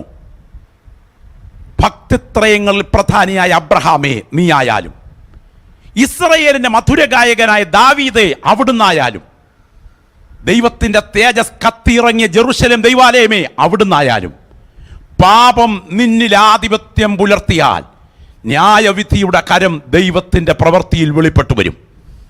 പ്രിയപ്പെട്ടവരെ, സ്തോത്രം. തിരുവെഴുത്തൊന്ന് പഠിച്ചു നോക്കുക. സ്വന്തം അപ്പനെ വസ്ത്രം ധരിപ്പിച്ച് ധരിച്ച് യാക്കോബ് കബളിപ്പിച്ചില്ലേ? കബളിപ്പിച്ച സമയം അപ്പൻ കബളിപ്പിക്കപ്പെട്ടു എന്നുള്ളത് യാഥാർത്ഥ്യമാണ്. എന്നാൽ ചരിത്രം മുൻപോട്ട് നീങ്ങി. സ്വന്തം മക്കൾ വനത്തിൽ നിന്ന് കയറി വന്നപ്പോൾ പൊതിക്കെട്ടുമായിട്ടാണ് വന്നത്. അവർ പറഞ്ഞു, നിന്റെ മകൻ ജോസേഫിൻ്റേതാണോ ഈ വസ്ത്രമെന്ന് നോക്ക് എന്ന് അപ്പൻ എന്ന യാക്കോബിനോട് പറഞ്ഞു. കണ്ടപ്പോൾ പറിച്ചു കീറി മൃഗം കൊന്നിരിക്കുന്ന മകൻ്റെ വസ്ത്രത്തിൻ്റെ അവശിഷ്ടങ്ങൾ കെട്ടിപ്പിടിച്ചവൻ അലറിക്കരയുന്നു. കബളിപ്പിക്കല. വർഷങ്ങൾക്ക് പുറകിൽ അപ്പനെ കബളിപ്പിച്ചത് നോട്ട് ചെയ്ത് വെച്ചിട്ട് സർവശക്തൻ്റെ കരം അവൻ്റെ ആയുസിൽ അതിന് കരയാൻ തിരിച്ചു വഴിയൊരുക്കി. മറക്കരുത്, മനുഷ്യൻ വിതയ്ക്കുന്നത് തന്നെ കൊയ്യും. മറ്റൊരുത്തൻ്റെ കണ്ണുനീരിന് നീ അവസരം സൃഷ്ടിച്ചിട്ടുണ്ടെങ്കിൽ തിരിച്ച് ചരിത്രം നിന്നെ കരയിക്കേണ്ടി വരും എന്നുള്ളത് യാഥാർത്ഥ്യമാണ്. ദൈവത്തിന് സ്തോത്രം. എത്രയോ തെളിവുകൾ തിരുവെഴുത്തുകളുടെ വെളിച്ചത്തിൽ എടുക്കുവാൻ കഴിയും. വേദപുസ്തകം പറയുന്ന നിരവധി തെളിവുകൾ. അബ്ശാലോം അപ്പൻ്റെ 10 വെപ്പാട്ടികളെ മലിനപ്പെടുത്തി. മരണം എങ്ങനെയായിരുന്നു? ഓടിച്ചു പോകുന്ന സമയം, കോവർ കഴുതപ്പുറത്ത് ഓടിച്ചു പോകുന്ന സമയം, അവൻ്റെ തലമുടി കരിവേലകത്തിൽ ചുറ്റി താഴേക്ക് തൂങ്ങിക്കിടക്കുമ്പോൾ 10 ബാല്യക്കാർ വളഞ്ഞിട്ട് തല്ലിക്കൊല്ലുകയായിരുന്നില്ലേ? ശിംശോന്റെ പാപം ഏത് അവയവത്തിൽ തുടങ്ങിയതാണ്? കണ്ണിൽ. പക്ഷേ അവസാനം എങ്ങനെയായിരുന്നു? 2 കണ്ണുകളും കുത്തിപ്പൊട്ടിക്കപ്പെട്ടവനായി നിലവിളിക്കുമ്പോൾ എവിടെ തുടങ്ങിയത് എവിടെ തിരിച്ചു കിട്ടി? നിങ്ങൾ തിരിച്ചു ചിന്തിക്കുക. ദാവീദിൻ്റെ ജീവിതത്തിൽ താൻ അനാവശ്യമായ ഭാഗത്തേക്ക് നോക്കിയത് കൊണ്ട് തൻ്റെ കൊട്ടാരത്തിൽ നടന്ന കുട്ടിക്കല്യാണം പുറത്തധികം അറിഞ്ഞില്ലെങ്കിലും പ്രത്യാഘാതം എത്ര ഭയങ്കരമായിരുന്നു. പ്രവാചകൻ അവൻ്റെ മുഖത്ത് ചൂണ്ടി പറഞ്ഞ വാക്കുകൾ, ആ മനുഷ്യൻ നീ തന്നെ. ചങ്കിൽ ചാട്ടുളി പോലെ കുത്തിക്കയറിയ വാക്കിന് മുൻപിൽ അലറിക്കരഞ്ഞെങ്കിലും അതിൻ്റെ പുറകിൽ കിട്ടിയത് തിരിച്ചടി ചെറുതായിരുന്നില്ല കേട്ടോ. ഈ ദൂത് കേട്ടുകൊണ്ടിരിക്കുമ്പോൾ ഞാൻ വിളിച്ചു പറയട്ടെ, ദൈവസന്നിധിയിൽ ചെയ്ത ചില തെറ്റുകൾ അനുദപിച്ചേറ്റു പറയുമ്പോൾ ദൈവം ക്ഷമിക്കുമെങ്കിലും വരച്ചിട്ടുകൊള്ളുക. കണ്ണടയുന്നതിന് മുൻപ് നിന്റെ ജഡത്തിൽ അനുഭവിച്ച് തീർക്കേണ്ടതിന് ശിക്ഷയുടെ ചില വടികൾ ദൈവം അറിഞ്ഞുകൊണ്ട് അനുവദിക്കും. ഞാൻ ഈ ദൂത് സംസാരിച്ചു കൊണ്ടിരിക്കുമ്പോൾ ഭയത്തോടെ പറയട്ടെ, ഇപ്പോൾ ചെയ്യുന്ന ചെയ്തികൾ ആരും അറിഞ്ഞില്ലെന്ന് വിചാരിക്കരുത്. സർവശക്തൻ്റെ കരം നമുക്ക് നേരെ തിരിയും. അബിമേലേക്ക് യെരുബാലിൻ്റെ 70 മക്കളെ ഒരു കല്ലിൽ വെച്ച് കൊന്നു. നിങ്ങൾക്കറിയാമോ ചരിത്രം? കല്ലും വാളും ഉപയോഗിച്ചാണ് ഇവരെ കൊല്ലാൻ ഉപയോഗിച്ചത്. അതിൽ ഒരു മകൻ യോഥാം രക്ഷപ്പെട്ടു. വർഷങ്ങൾ മുൻപോട്ട് നീങ്ങി. അബിമേലേക്ക് ഒരു മതിൽക്കെട്ടിനോട് ചേർന്ന് യുദ്ധം നടത്തിക്കൊണ്ടിരിക്കുമ്പോൾ ഒരു സ്ത്രീ ഒരു തിരികല്ലിൻ പിള്ളയെടുത്ത് മതിൽക്കെട്ടിന് മുകളിൽ നിന്ന് ഇയാളുടെ തലയിലേക്കിട്ടു. തല തകർന്ന് ചോരയിൽ കുളിച്ച് നിലത്ത് വീണു. മുൻപിൽ വന്ന ബാല്യക്കാരനോട്, ഒരു സ്ത്രീ എന്നെ കൊന്നു എന്ന് പറയാതിരിക്കേണ്ടതിന് നീ നിന്റെ വാൾ ഊരി എന്നെ കൊല്ലുക എന്ന് പറഞ്ഞപ്പോൾ വെട്ടിക്കൊല ചെയ്യപ്പെടുമ്പോൾ അബീമേലെക്കിന്റെ മരണം 2 ഉപകരണങ്ങളാൽ സംഭവിച്ചു. ഒന്ന് കല്ല്, മറ്റൊന്ന് വാള്. വർഷങ്ങൾക്ക് പുറകിൽ നിസ്സഹാരായ കുഞ്ഞുങ്ങളെ കൊല്ലുവാൻ വാളും കല്ലും ഉപയോഗിച്ച അബീമേലേക്ക് ഓർത്തില്ല, ചില വർഷങ്ങൾക്ക് ശേഷം ഈ കല്ലും വാളും തൻ്റെ തലയിലേക്ക് തിരിച്ചു തിരിയുമെന്ന്. ഈ വചനം കേട്ടുകൊണ്ടിരിക്കുമ്പോൾ ഓർക്കുക, മനുഷ്യൻ വിതയ്ക്കുന്നത് തന്നെ കൊയ്യും. റാന്നിയിൽ വിതച്ചാൽ റാന്നിയിൽ കൊയ്യും. തിരുവല്ലയിൽ വിതച്ചാൽ തിരുവല്ലയിൽ കൊയ്യും. കൊയ്യുന്നത് ഒരിടത്തും വിതയ്ക്കുന്നത് മറ്റൊരിടത്തും ആയിരിക്കയില്ല. വിതയ്ക്കുന്നിടത്ത് തന്നെ കൊയ്യും. വിതയ്ക്കുന്നത് അല്പമായിരിക്കും, കൊയ്യുന്നത് ഇരട്ടിയായിരിക്കും. അതുകൊണ്ട് കയ്യിൽ കറപറ്റാതെ വിശുദ്ധ ജീവിതം നയിക്കുക, നിത്യതയ്ക്കായി സജ്ജമാകുക. ഒരു കർത്തൃദാസൻ ആത്മീയ ശുശ്രൂഷയ്ക്കായി കൊട്ടാരത്തിലോട്ട് കയറി ചെല്ലുന്നു. ശൗൽ ദാവീദിനെ കണ്ടിട്ട് കയ്യിൽ കുന്തമെടുത്ത് ആ ഭ്രാന്തൻ ഒരൊറ്റയേറ്. പക്ഷെ അത് ഉള്ളിൽ ഒരു പ്രത്യേക ഭാഗത്ത് തറച്ചു കയറി ദാവീദ് ഒഴിഞ്ഞു മാറി. ദൈവം അതിന് ഡേറ്റ് ഇട്ടു. വർഷങ്ങൾക്ക് ശേഷം ഇതാ ഒരു ബാല്യക്കാരൻ അമാലേക്കൻ ഓടി വരുമ്പോൾ ഒരുവൻ തൻ്റെ കുന്തത്തിൽ കയറി നിൽക്കുന്നത് കണ്ടു. കുന്തം അവൻ്റെ ശരീരത്തെ തുളച്ച് കയറി കഴിഞ്ഞു. അവൻ കൊല്ലപ്പെടുന്ന രംഗം ഏറ്റവും ഹൃദയഭേദകമാണ്. എന്നെ ഭയപ്പെടുത്തുന്ന ഒരു സംഭവം ഈ വിഷയത്തിൽ പറഞ്ഞ് ഞാൻ അടുത്ത ഭാഗത്തേക്ക് വരട്ടെ. ആ രാത്രിയിൽ ബേത്ശേമ്യർ വന്ന് ഇദ്ദേഹത്തിൻ്റെ തലയില്ലാത്ത ജഡമുയർത്തി എൻ്റെ ചിന്തയിൽ ഉള്ളു തുളച്ചു കയറിയിരിക്കുന്ന കുന്തത്തോടുകൂടെ അവരുടെ ക്ഷേത്രത്തിൻ്റെ ചുവരിൽ ഈ ശിരസില്ലാത്ത ജഡം തൂങ്ങി നിൽക്കുകയാണ്. ശിരസില്ലാത്ത ജഡം ഒരു ക്ഷേത്രത്തിൻ്റെ ഭിത്തിയിൽ തൂങ്ങി നിൽക്കുമ്പോൾ എൻ്റെ ചിന്ത, കുന്തത്തിലാണ് ഈ ജഡം തൂങ്ങി നിൽക്കുന്നത്. ആത്മഹത്യയ്ക്ക് ഉപയോഗിച്ച സ്വന്തം കുന്തം, ഉദരം തുളച്ചപ്പുറത്ത് കയറിയ കുന്തം, ആദ്യം ചെയ്ത പ്രവൃത്തി എന്ത്? ഒരഭിഷിക്തന് നേരെ ചാണ്ടി.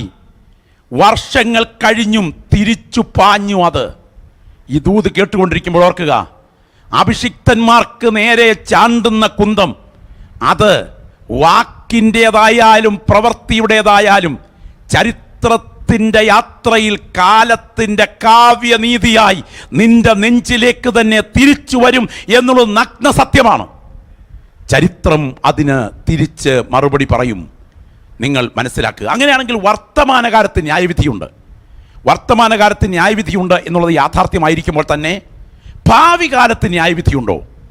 വിശുദ്ധ ബൈബിൾ ഭാവികാല ന്യായവിധിയുടെ ചിത്രം നമ്മുടെ കൺമുൻപിലേക്ക് വരച്ചു തരികയാണ്. വെളിപ്പാട് പുസ്തകം 20-ാം അധ്യായത്തിൻ്റെ 11 മുതൽ ഉള്ള വാക്യങ്ങൾ നിങ്ങൾ പ്രാർത്ഥനയോടെ ശ്രദ്ധിക്കണം. ശരിക്കും നിങ്ങൾ ഈ ഇരിക്കുന്ന ഇരിപ്പിലിരുന്നു കൊണ്ട് ആ സിംഹാസന രംഗം ഒന്ന് ആത്മക്കണ്ണുകൾ കൊണ്ട് കാണണം. ഞാൻ ചോദിക്കട്ടെ, ലോകത്തിൽ എത്ര സിംഹാസനങ്ങൾ ഉണ്ടായിട്ടുണ്ട്? ഏകാധിപത്യത്തിൽ അധിഷ്ഠിതമായ നെബുക്കദ്നേസറിൻ്റെ, നെബോണിദസിൻ്റെ, ബെൽസസറിൻ്റെ, എവിൽ മേരോദേക്കിൻ്റെ, ലോകത്തെ കിടുകിട വിറപ്പിച്ച ബ്രിട്ടീഷ് സാമ്രാജ്യ ഭരണാധികാരികളുടെ ചെങ്കോലും കിരീടവും ഒക്കെ എവിടെ? അതൊക്കെ കൊടുങ്കാറ്റിൽ കരിയില പോലെ പറന്നുപോയില്ലേ? ഇരുന്നവനൊക്കെ എന്തിയേ? 6 അടി മണ്ണിൽ നീറി തീർന്നില്ലേ? ഭാരതത്തിൻ്റെ പ്രതാപത്തിൻ്റെ പ്രതീകമായിരുന്നില്ലേ മയൂരസിംഹാസനം? താമ്രമണി, പീതരത്നം, വജ്രം, ഗോമേതകം, നീലക്കല്ല്, മാണിക്യം, മരതകം എന്നിത്യാദി രത്നങ്ങൾ കൊണ്ട് ഉണ്ടാക്കിയ $65 കോടി ഇന്നത്തെ വില വരുന്ന ആ മയൂരസിംഹാസനം, ഇറാനിലെ ജയിലറയ്ക്കകത്ത് ഇലക്ട്രിക് അലാറം സെറ്റ് ചെയ്തിരിക്കുന്ന ഇന്നുമുള്ള മയൂരസിംഹാസനം, അതിലിരുന്ന ഭരണാധികാരികൾ ഇവിടെ? മരണം കൊണ്ട് അവരൊക്കെ കസേര വിട്ടൊഴിഞ്ഞു. എന്നാൽ ഇരുന്നതിന് ശേഷം ഇതുവരെ കസേര വിട്ടൊഴിയാതെ ഈ ദൂത് ശ്രദ്ധിച്ചു കൊണ്ടിരിക്കുമ്പോഴും ഈ പ്രപഞ്ചത്തിൻ്റെ ചക്രവർത്തി പദം അലങ്കരിച്ചുകൊണ്ട് ന്യായാസനത്തിലിരിക്കുന്ന ഒരു മഹാജഡ്ജിയുണ്ട്. അവൻ നാം സേവിക്കുന്ന ഉന്നതന് മീതെ ഉന്നതനും അതിനു മീതെ അത്യുന്നതനുമായ മഹാദൈവമാണ്. അവൻ ചരിത്രത്തിൻ്റെ ചക്രം പിടിച്ചുകൊണ്ട് അവൻ സിംഹാസനത്തിലുണ്ട്. അവൻ്റെ കൺമുൻപിൽ വിധി ദിനം വരികയാണ്. അവിടെ എഴുതിയിരിക്കുന്നത് വെളിപ്പാട് പുസ്തകം 20:11. നിങ്ങൾ ശ്രദ്ധിച്ച് നോക്കണം. ആ ഭാഗം വളരെ ഗൗരവമായി ആ ഭാഗത്തേക്ക് നിങ്ങൾ ശ്രദ്ധ പോകണം. ഇതൊരു യാഥാർത്ഥ്യമാണ്. ഇത് ഇന്നല്ലെങ്കിൽ നാളെ തിരിച്ചു കൊയ്യാൻ തുടങ്ങുന്ന സംഭവങ്ങളാണ്. ഞാൻ അതിൻ്റെ വിശദീകരണങ്ങളിലേക്ക് ആഴത്തിൽ കടക്കാൻ നിവർത്തിയില്ല. ചരിത്രത്തിൽ ഇന്നലകളിൽ ന്യായവിധി സംഭവിച്ചിട്ടുണ്ട്. ചരിത്രത്തിൽ ഇന്നുകളിൽ ന്യായവിധി സംഭവിച്ചുകൊണ്ടിരിക്കുന്നു. ചരിത്രത്തിൽ നാളെ ന്യായവിധി സംഭവിക്കും. ആ ന്യായവിധിയുടെ രംഗം പരിശുദ്ധാത്മാവ് ചിത്രീകരിക്കുകയാണ്. ഞാൻ വലിയൊരു വെള്ള സിംഹാസനവും അതിൽ ഒരുത്തൻ ഇരിക്കുന്നതും കണ്ടു. വായിച്ചു കേൾക്കാം. നിങ്ങൾക്ക് ഭാഗം വായിച്ചു കേൾക്കാം. ഞാൻ വലിയൊരു വെള്ള സിംഹാസനവും അതിൽ ഒരുത്തൻ ഇരിക്കുന്നതും കണ്ടു. അവന്റെ സന്നിധിയിൽ നിന്ന് ഭൂമിയും ആകാശവും ഓടിപ്പോയി. അവയെ പിന്നെ കണ്ടില്ല. മരിച്ചവർ ആബാലവൃത്തം സിംഹാസനത്തിന് മുമ്പിൽ നിൽക്കുന്നതും കണ്ടു. ശ്രദ്ധിക്കണം. സിംഹാസനത്തിൽ ഒരാൾ ഇരിക്കുന്നു. ഒരു പുരുഷ രൂപം, ഒരു പുരുഷ കേസരി സിംഹാസനത്തിൽ ഇരിക്കുന്നു. സ്തോത്രം. അതാരാണ് എന്ന് ഒന്ന് പരിചയപ്പെടുത്തി മുൻപോട്ട് പോകാം. അത് സോക്രട്ടീസ് അല്ല, അത് പ്ലേറ്റോ അല്ല, അത് അരിസ്റ്റോട്ടിൽ അല്ല, അത് മുഹമ്മദ് നബി അല്ല, അത് മറ്റ് ലോകത്തിലെ ഒരു മതസ്ഥാപകന്മാരുമല്ല, അത് ഒരു രാഷ്ട്രമീമാംസകന്മാരുമല്ല. അത് ആരാണെന്ന് വിശുദ്ധ ബൈബിൾ ഉറപ്പിച്ചു പറയുന്നു. മനുഷ്യകുലത്തിൽ നിന്ന് ഒരു യോഗ്യത പ്രാപിച്ച വ്യക്തിക്ക് മാത്രമേ ആ സിംഹാസനത്തിൽ ഇരിക്കാൻ പറ്റൂ. ദൈവമാണോ? അല്ല. ദൈവമല്ലെന്ന് പറഞ്ഞാൽ തെളിയിക്കാം. ദൈവമാണ് സിംഹാസനത്തിൽ ഇരിക്കുന്നതെന്നിരിക്കട്ടെ. ദൈവമാണ് വിധിക്കായി സിംഹാസനത്തിൽ ഇരിക്കുന്നത്. മനുഷ്യകുലം വിസ്തരിക്കപ്പെടാൻ വേണ്ടി വന്നു നിൽക്കുന്നു. അപ്പോൾ മനുഷ്യൻ നീതിമാനായ ദൈവത്തോട് ചോദ്യം ചോദിക്കാമെന്നിരിക്കട്ടെ. ദൈവമേ, നീ ജഡ്ജിയായിരിക്കുന്നു, ഞങ്ങൾ വിസ്തരിക്കപ്പെടാൻ നിൽക്കുന്നു. മനുഷ്യത്വത്തിൻ്റെ ജഡബലഹീനതകൾ തിരിച്ചറിയാൻ കഴിയാവുന്ന അങ്ങയ്ക്കെങ്ങനെ മനുഷ്യത്വത്തിൻ്റെ ജഡബലഹീനതകളാൽ പാളിച്ച പറ്റിയ പാവം മനുഷ്യരായി ഞങ്ങളെ വിധിക്കാൻ കഴിയും? അങ്ങ് ദൈവം, ഞങ്ങൾ മനുഷ്യർ, മനുഷ്യത്വത്തിൻ്റെ ബലഹീനത അറിയാത്ത അങ്ങയ്ക്കെങ്ങനെ ഞങ്ങളെ വിധിക്കാൻ കഴിയും? ദൈവത്തിൻ്റെ മറുപടിയുണ്ട്, മനുഷ്യ, നിന്റെ മനുഷ്യത്വത്തിൻ്റെ ജഡബലഹീനതകൾ നന്നായി മനസ്സിലാക്കി മരണത്തെ ഭേദിച്ചുയർത്ത ഒരുവനുണ്ട്, അതെൻ്റെ പുത്രനാണ്, അവനെ ഞാൻ ജഡ്ജിയായി വരുത്താൻ തുടങ്ങുകയാണ്. അങ്ങനെയാണെങ്കിൽ ന്യായവിധിക്ക് ജഡ്ജിയാകാൻ മനുഷ്യകുലത്തിൽ നിന്ന് ഒരാൾക്ക് നിയോഗമുണ്ട്. ആരായിരിക്കും ആ ജഡ്ജി? ധന്യനായ പൗലോസ്ലീഹ, ആ പത്രോസ്ലീഹ ആ വിഷയത്തെ സംബന്ധിച്ച് പൗലോസ്ലീഹ ആ വിഷയത്തെക്കുറിച്ചൊക്കെ പറഞ്ഞിട്ടുണ്ട്. ചുരുക്കിയാനങ്ങ് പറയാം, അവനെ മരിച്ചവരിൽ നിന്ന് ഉയർത്തെഴുന്നേൽപ്പിച്ചിരിക്കൊണ്ട് ന്യായവിധിയുടെ ഉറപ്പ് ദൈവം ലോകത്തിന് കൊടുത്തിരിക്കുന്നു. ലോകം വിശാലമായ കല്ലറകൾ നിറഞ്ഞ സ്ഥലമാണ്. ഞാൻ കണ്ടതിൽ വെച്ചും ഏറ്റവും വലിയ കല്ലറപ്പട്ടണം ഇംഗ്ലണ്ടിലെ വെസ്റ്റ്മിനിസ്റ്റർ ആബിയാണ്.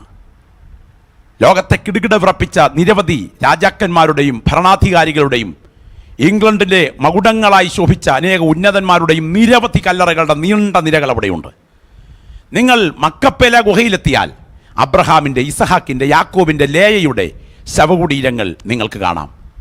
നിങ്ങൾ ഇറാഖിൽ പുരാതന പേർഷ്യൻ ഭരണാധികാരികളുടെ കല്ലറകളുടെ ഇടയിൽ നോക്കിയാൽ ദാനിയേൽ പ്രവാചകന്റെ കല്ലറ നിങ്ങൾക്ക് കാണാം.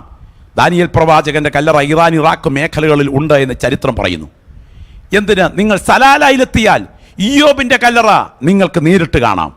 അവിടെ കോഴിക്കോടുകാരൊരു സുഹൃത്ത് ശുശ്രൂഷകൾക്ക് നേതൃത്വം നൽകിക്കൊണ്ട് ഇന്നും ലിറ്ററലായ കല്ലറയുണ്ട്. ഞാനൊരു വസ്തുത പറയട്ടെ, കല്ലറകളിൽ ദാനിയേലിൻ്റെ കല്ലറയുടെ മേൽമൂടി തകർത്താൽ അതിൽ നിന്ന് മരിച്ച ആളിൻ്റെ തിരു അവശിഷ്ടങ്ങൾ ശാസ്ത്രത്തിന് കിട്ടും. മക്കപ്പേല ഗുഹയുടെ മേൽമൂടി ഉടച്ചു മാറ്റിയിട്ട് അകത്ത് ഗവേഷണം നടത്തിയിട്ട് ആ പൊടിക്കകത്ത് ശാസ്ത്രം ഒരു പരിശോധന നടത്തിയാൽ പിതാക്കന്മാരുടെ ശവശിഷ്ടങ്ങളുടെ അവശിഷ്ടങ്ങൾ അല്പമെങ്കിലും കിട്ടും. സലാലായിൽ ഇയ്യോബിൻ്റെ ശവകുടീരത്തിൻ്റെ മേൽമൂടിക്കകം പരിശോധിച്ചാൽ അദ്ദേഹത്തിൻ്റെ തിരുശേഷിപ്പുകളുടെ അല്പമെന്നും കിട്ടിയെന്ന് വരാം. എന്നാൽ തിരുശേഷിപ്പ് അവശേഷിപ്പിക്കാതെ അവൻ ഇവിടെ ഇല്ല, അവൻ ഉയർത്തെഴുന്നേറ്റു എന്ന് പറഞ്ഞ് ചരിത്രത്തിൽ തുറന്നു കിടക്കുന്ന ഒരു കല്ലറയേ ഉള്ളൂ. ഇന്ന് ഞങ്ങൾ പ്രസംഗിക്കുന്ന നസറേയനായ യേശുവിൻ്റെ കല്ലറ. അവൻ മരിച്ചവരിൽ നിന്ന് ഉയർത്തെഴുന്നേറ്റതിനാൽ ന്യായവിധിയുടെ ജഡ്ജി അവൻ തന്നെ ആയിരിക്കും എന്നതിൻ്റെ ഉറപ്പ് ചരിത്രത്തിന് കിട്ടിയിരിക്കുകയാണ്. അങ്ങനെയാണെങ്കിൽ ആ ജഡ്ജി ആയിരിക്കുന്നത് മറ്റാരുമല്ല, കർത്താവായ യേശു ക്രിസ്തു തന്നെ ആയിരിക്കും. യേശു ക്രിസ്തു ജഡ്ജിയായി സിംഹാസനത്തിൽ ഉപവിഷ്ടനായിരിക്കുമ്പോൾ മരിച്ചവർ ആബാലവൃദ്ധം സിംഹാസനത്തിന് മുൻപിൽ നിൽക്കുന്നതും ഞാൻ കണ്ടു. എൻ്റെ ചിന്ത ഞാൻ പറയാം. ഹന്നാവും കയ്യാഫാവും പീലാത്തോസും ഹേരോദാവും മഹാത്മാഗാന്ധിയും ഇന്ദിരാഗാന്ധിയും ഹിറ്റ്ലറും മുസോളിനിയും ലോകത്തെ കിടുകിട വിറപ്പിച്ച സകല ഭരണാധികാരികളും ഒരുപോലെ വന്ന സിംഹാസനത്തിന് മുൻപിൽ നിൽക്കുകയാണ്. സ്തോത്രം! ആ രംഗം ഞാൻ ആത്മക്കണ്ണുകൾ കൊണ്ട് കാണുന്നു. ആ പ്രത്യേക സമയത്ത് അവർ വിചാരിച്ചു കാണും, ഹന്നാവും കയ്യാഫാവും പീലാത്തോസും ഒക്കെ വിചാരിച്ചു കാണും, സ്തോത്രം, ഇതാര്? മറിയയുടെ മകനെന്ന് തിരിച്ചു പറഞ്ഞ, തച്ചൻ്റെ മകനെന്ന് കുറച്ചു പറഞ്ഞ, അഭിസാരിക സന്തതി എന്ന് അപമാനിച്ച, കൈ കഴുകി ഒഴിഞ്ഞിട്ട് ഈ രക്തത്തിൽ എനിക്ക് പങ്കില്ലെന്ന് പറഞ്ഞ് മരണത്തിന് വേണ്ടി വലിച്ചെറിഞ്ഞു കൊടുത്ത ആ കാലഘട്ടത്തിൻ്റെ സമൂഹം മുഴുവൻ കണ്ടുകൊണ്ടിരിക്കുമ്പോൾ, അയ്യോ, ഇതുപോലൊരു വ്യക്തിത്വം സാധാരണക്കാരനല്ല, ഇവൻ കേവലം മറിയപുത്രനല്ല, ഈ പ്രപഞ്ചത്തെ ഉണ്ടാക്കിയ മഹാദൈവത്തിൻ്റെ ഏകജാതനാണ് എന്ന ചിന്ത അവരുടെ മനസ്സിനെ ഭരിക്കുമ്പോൾ അവരുടെ ആത്മാക്കൾ മുട്ടുമടക്കി നിൽക്കുന്ന രംഗം ന്യായാസനത്തിന് മുൻപിൽ ഞാൻ കാണുന്നു. ഞാൻ ഈ വാക്യം ഇങ്ങനെ ഉദ്ധരിക്കട്ടെ. ഫിലിപ്പ് ലേഖനത്തിലെ പ്രയോഗം, അവൻ ദൈവരൂപത്തിലിരിക്കെ ദൈവത്തോടുള്ള സമത്വം മുറുകെ പിടിച്ചുകൊള്ളണമെന്ന് വിചാരിക്കാതെ തന്നെത്താൻ താഴ്ത്തി വേഷത്തിൽ മനുഷ്യനായി വിളങ്ങി തന്നെത്താൻ ഒഴിച്ച് ക്രൂശിലെ മരണത്തോളം അനുസരണമുള്ളവനായി തീർന്നു.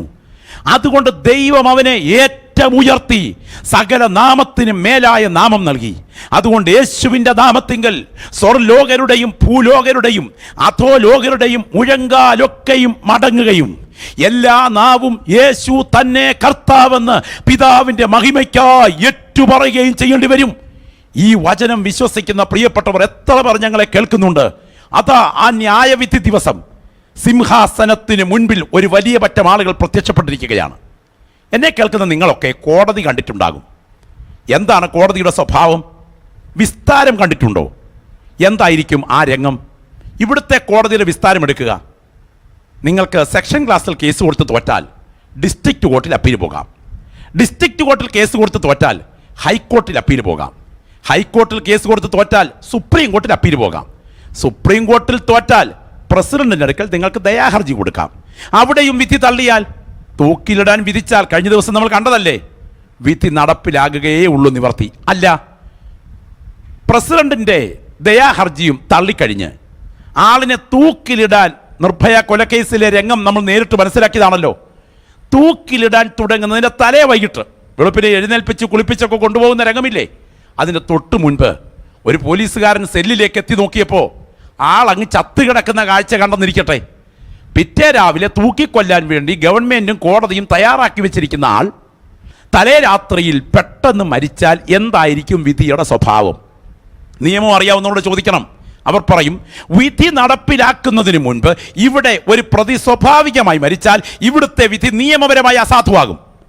എന്നാൽ ഞാനൊരു വസ്തുത അടിവരയിട്ട് പറഞ്ഞ് അവസാനിപ്പിക്കും മുൻപ് ഓർപ്പിക്കാം. ദൈവകോടതിയിൽ തൻ്റെ പുത്രന്റെ ജഡ്ജിമെന്റ് സീറ്റിൽ അവൻ്റെ വിധി നടക്കുന്നതിന് മുൻപ് മനുഷ്യരിൽ ആര് എങ്ങനെ മരിച്ചാലും മരണം കൊണ്ട് വിധി അസാധുവാക്കാതെ ചത്ത് കിടക്കുന്നവനെ സെമിത്തേരിയിൽ നിന്ന് ഉയർപ്പിച്ചു കൊണ്ടുവന്ന് കണക്ക് തീർക്കാതെ അടങ്ങിയിരിക്കാത്ത ഒരു ജഡ്ജിയുണ്ടെങ്കിൽ അതിന്ന് ഞങ്ങൾ പ്രസംഗിക്കുന്ന നസറേയനായ യേശുവല്ലാതെ മറ്റൊരുത്തനെയും ചരിത്രത്തിൽ കണ്ടിട്ടില്ല. അവൻ കല്ലറയ്ക്കകത്ത് നിന്നും കക്ഷിയെ എഴുന്നേൽപ്പിച്ചു കൊണ്ടുവന്ന് അന്തിമ വിധിയിൽ കണക്ക് തീർക്കും. ആ വിധിയുടെ സ്വഭാവം എങ്ങനായിരിക്കും? വിചാരിക്കരുത് കൂട്ടവിധിയാണെന്ന്. കത്തോലിക്ക, Yakobaya, orthodox, CSI, CNI, evangelical, IPC, church of God ഇങ്ങനെയുള്ള പ്രസ്ഥാനങ്ങളുടെ ലേബലിലേ അല്ല വിധി. വിധി വ്യക്തിപരമായിരിക്കും. മുൻപ് ഞാൻ ഓർപ്പിച്ചതുപോലെ കോടതി കണ്ടിട്ടുള്ളവർ ഓർക്കുക, എങ്ങനെയാണ് വിസ്താരം നടക്കുന്നത്? പ്രതിക്കൂട്ടിലോട്ട് കയറ്റി നിർത്തിക്കഴിഞ്ഞാൽ ചോദ്യത്തിൻ്റെ കൂർത്തുമൂർത്ത മുനകൾ കൊണ്ട് ഉത്തരം പറയിപ്പിക്കാൻ സജ്ജമാകുന്ന രംഗം ഏറ്റവും അതേ ശ്രദ്ധേയമാണ് ഈ വിസ്താര സമയം. ഇതുപോലെ ദൈവകോടതിക്ക് ഒരു വിസ്താര രംഗമുണ്ട്. ആ ദൈവകോടതിയുടെ വിസ്താര രംഗം എന്തായിരിക്കും? സാക്ഷ്യരംഗം. ഞാൻ പറയാം, സഭാപ്രസംഗങ്ങളുടെ പുസ്തകത്തിലേക്ക് വരുമ്പോൾ ഈ വിധിയുടെ സ്വഭാവം മനസ്സിലാക്കാൻ ഒരു വാക്യം മാത്രം നിങ്ങളുടെ മുൻപിലേക്ക് ഒന്ന് കൊണ്ടുവരികയാണ്.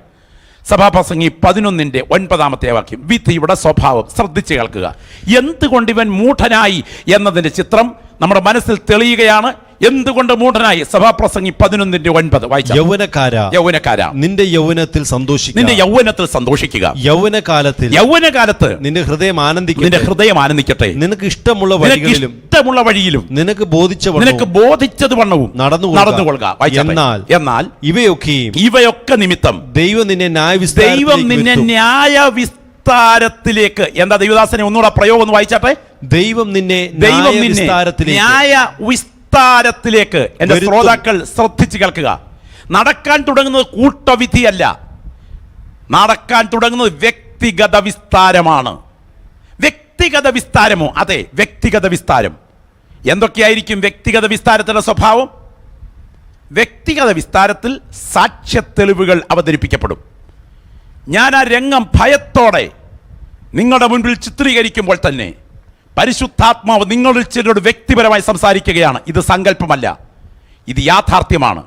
ദൈവപുത്രൻ ദമസ്കോസിന്റെ പടിവാതുക്കൽ കത്തിത്തിളങ്ങുന്ന പ്രഭയിൽ ശൗലിനോട് മുള്ളിന് നേരെ ഉതയ്ക്കുന്നത് നിനക്ക് നന്നല്ലെന്ന് അരുളി ചെയ്ത ദിവ്യപ്രഭയിൽ ഇറങ്ങി വന്നതുപോലെ, പത്മോസിന്റെ ഏകാന്തതയിൽ നിലവിളക്കുകളുടെ നടുവിൽ മാറത്ത് പൊൻകച്ച കെട്ടി തേജസ്വിയായി വെളിപ്പെട്ടതുപോലെ, അവന്റെ ദിവ്യപ്രഭാവത്തിൽ സ്വർഗീയ വിധിപീഠത്തിൽ അവൻ സിംഹാസനാരൂഢനായി വരുമ്പോൾ അവന്റെ മുൻപിൽ മനുഷ്യകുലം മുഴുവൻ വന്നു നിൽക്കുകയാണ്. സ്തോത്രം. ഈ മനുഷ്യകുലത്തിൽ രക്ഷിക്കപ്പെട്ടവർ അവിടെ ഉണ്ടായിരിക്കയില്ല, അഥവാ വിസ്തരിക്കപ്പെടേണ്ടതിന് വേണ്ടി അവിടെ ഉണ്ടായിരിക്കയില്ല. അവൻ രാജാതി രാജാവിനോടൊപ്പം പുത്രന്മാരെ പോലെ, മക്കളെ പോലെ ചേർന്ന് ആനന്ദിക്കുന്ന സമയം വരാൻ തുടങ്ങുകയാണ്. ദൈവത്തിന് സ്തോത്രം. എന്നിട്ട് ആ വിസ്താരം എന്ന പ്രയോഗം മനസ്സിൽ കുറിക്കൊള്ളണം. സഭാപ്രസംഗങ്ങളുടെ പുസ്തകത്തിലെ ഈ വാക്യത്തിന് തുല്യമാണ് പൗലോസ് തിമോഥെയോസിന്റെ ലേഖനത്തിൽ 2 ലേഖനം 4:1 പറഞ്ഞിരിക്കുന്നത്. ജീവികൾക്കും മരിച്ചവർക്കും ന്യായ വിസ്താരം നടത്തുവാനിരിക്കുന്ന ക്രിസ്തുവേശുവിനെ സാക്ഷി നിർത്തി എന്ന് പൗലോസ് പറയുമ്പോൾ ചന്തഭാഷയല്ല, സ്കൂൾ ഭാഷയല്ല, അത് കോർട്ട് ലാംഗ്വേജാണ്, കോടതി ഭാഷയാണ്. അങ്ങനെയാണെങ്കിൽ ജീവിച്ചിരിക്കുന്നവർക്കും മരിച്ചവർക്കും ജഡ്ജിയായി വെളിപ്പെടാൻ തുടങ്ങുന്ന കർത്താവായ യേശു ക്രിസ്തു തന്നെയായിരിക്കും. അവൻ ജഡ്ജിയായി വരികയാണ്. ഇനിയും ഈ ജഡ്ജിയുടെ മുൻപിൽ സാക്ഷികളുണ്ടോ? അതെ, സാക്ഷികളുണ്ട്. നിങ്ങൾ റോമാലേഖനത്തിലേക്ക് ഒന്ന് വന്നാട്ടെ. റോമാലേഖനത്തിലേക്ക് വരുമ്പോൾ സാക്ഷ്യ തെളിവുകൾ നിങ്ങൾക്ക് ഒന്ന് കാണുവാനായിട്ട് കഴിയും. വളരെ പ്രാർത്ഥനയോടുകൂടെ നിങ്ങൾ ഈ ഭാഗം ശ്രദ്ധിച്ച് കേൾക്കുമ്പോൾ അത് നോട്ട് ചെയ്യുവാനായിട്ട് പ്രത്യേകം ഉത്സാഹിക്കുക. റോമാലേഖനം 2:15 ഒന്നാമത്തെ സാക്ഷി, രണ്ടാമത്തെ സാക്ഷി. ദൈവത്തിന് സ്തോത്രം. 50-ാം സങ്കീർത്തനത്തിന്റെ 4-ാമത്തെ വാക്യം, മൂന്നാമത്തെ സാക്ഷി, 4-ാമത്തെ സാക്ഷി. ഹബക്കൂക്കിന്റെ പ്രവചനം 2:11 വാക്യം, 5-ാമത്തെ സാക്ഷി. അവിടെ സാക്ഷ്യ തെളിവുകൾ ഞാനൊന്ന് നിരത്തുകയാണ്, വേഗം വരാം. ദൈവത്തിന് സ്തോത്രം. റോമാലേഖനം 2:15 അവരുടെ മനസ്സാക്ഷി കൂടെ സാക്ഷ്യം പറഞ്ഞു. ഒന്നാമത്തെ സാക്ഷി ശ്രദ്ധിക്കൂ, മനസ്സാക്ഷി. വായിച്ചാട്ടെ അടുത്ത വാചകം. അവരുടെ വിചാരങ്ങൾ. രണ്ടാമത്തെ സാക്ഷി വിചാരങ്ങൾ. തമ്മിൽ കുറ്റം ചുമത്തുന്നു. അങ്ങനെയാണെങ്കിൽ മനസ്സാക്ഷി എന്ന സാക്ഷി, വിചാരം എന്ന സാക്ഷി. 50-ാം സങ്കീർത്തനത്തിന് 4-ാം വാക്യ സമയച്ചുരുക്കം ഞാൻ ഉദ്ധരിക്കാം. തന്റെ ജനത്തെ ന്യായം വിധിക്കേണ്ടതിന് അവൻ മേലിൽ നിന്ന് ആകാശത്തെയും താഴെ നിന്ന് ഭൂമിയെയും വിളിക്കുന്നു. ആകാശം സാക്ഷി, ഭൂമി സാക്ഷി. ഹബക്കൂക്കിന്റെ പ്രവചനം 2:11 ഉദ്ധരിക്കാം.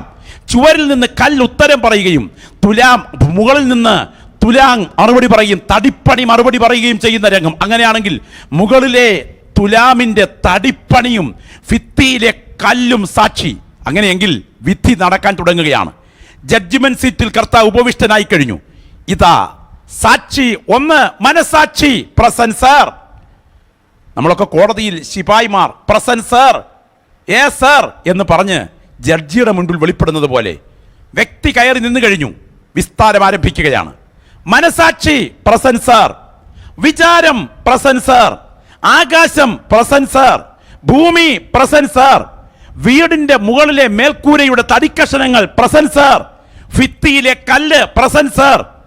സ്തോത്രം. ഞാനിത് ഒരു ചിത്രീകരണ ശൈലിയിൽ പറഞ്ഞെന്ന് മാത്രമേ ഉള്ളൂ. എന്തായിരിക്കും രംഗം? നമുക്കൊക്കെ അറിയാം, ക്വാർട്സ് വാച്ചിന്റെ ബാറ്ററി അഴിച്ചു മാറ്റിയാൽ പിന്നെ അതിന് ജീവനില്ല. ഇതുപോലെ അരുത് അരുത് അരുത് എന്ന് തെറ്റുകുറ്റങ്ങളുടെ കൂടെയുള്ള ആക്രമണ നിമിത്തം മനസ്സ് കലുഷിതമാകുമ്പോഴും ഉള്ളിന്റെ ഉള്ളറയിൽ പറയേണ്ടതിന് ദൈവത്തിന്റെ സാക്ഷിയെ ദൈവം വെച്ചിട്ടുണ്ട്. അതാണ് മനസാക്ഷി. സ്തോത്രം. പാപ്പാനെ കൊമ്പിൽ കുത്തിപ്പൊക്കി കാലുകൊണ്ട് ചവിട്ടി ഉടച്ച് വലിച്ചു കീറിയതിന് ശേഷം ചിഹ്നം വിളിക്കുന്ന കൊലക്കൊമ്പന് മനസാക്ഷി കുത്തില്ല. വീടിന്റെ മുകൾ കൂരയിൽ എലിക്ക് നേരെ പാഞ്ഞെടുത്ത് അതിനെ കടിച്ചു കീറി തിന്നുന്ന പൂച്ചയ്ക്ക് മനസാക്ഷി കുത്തില്ല.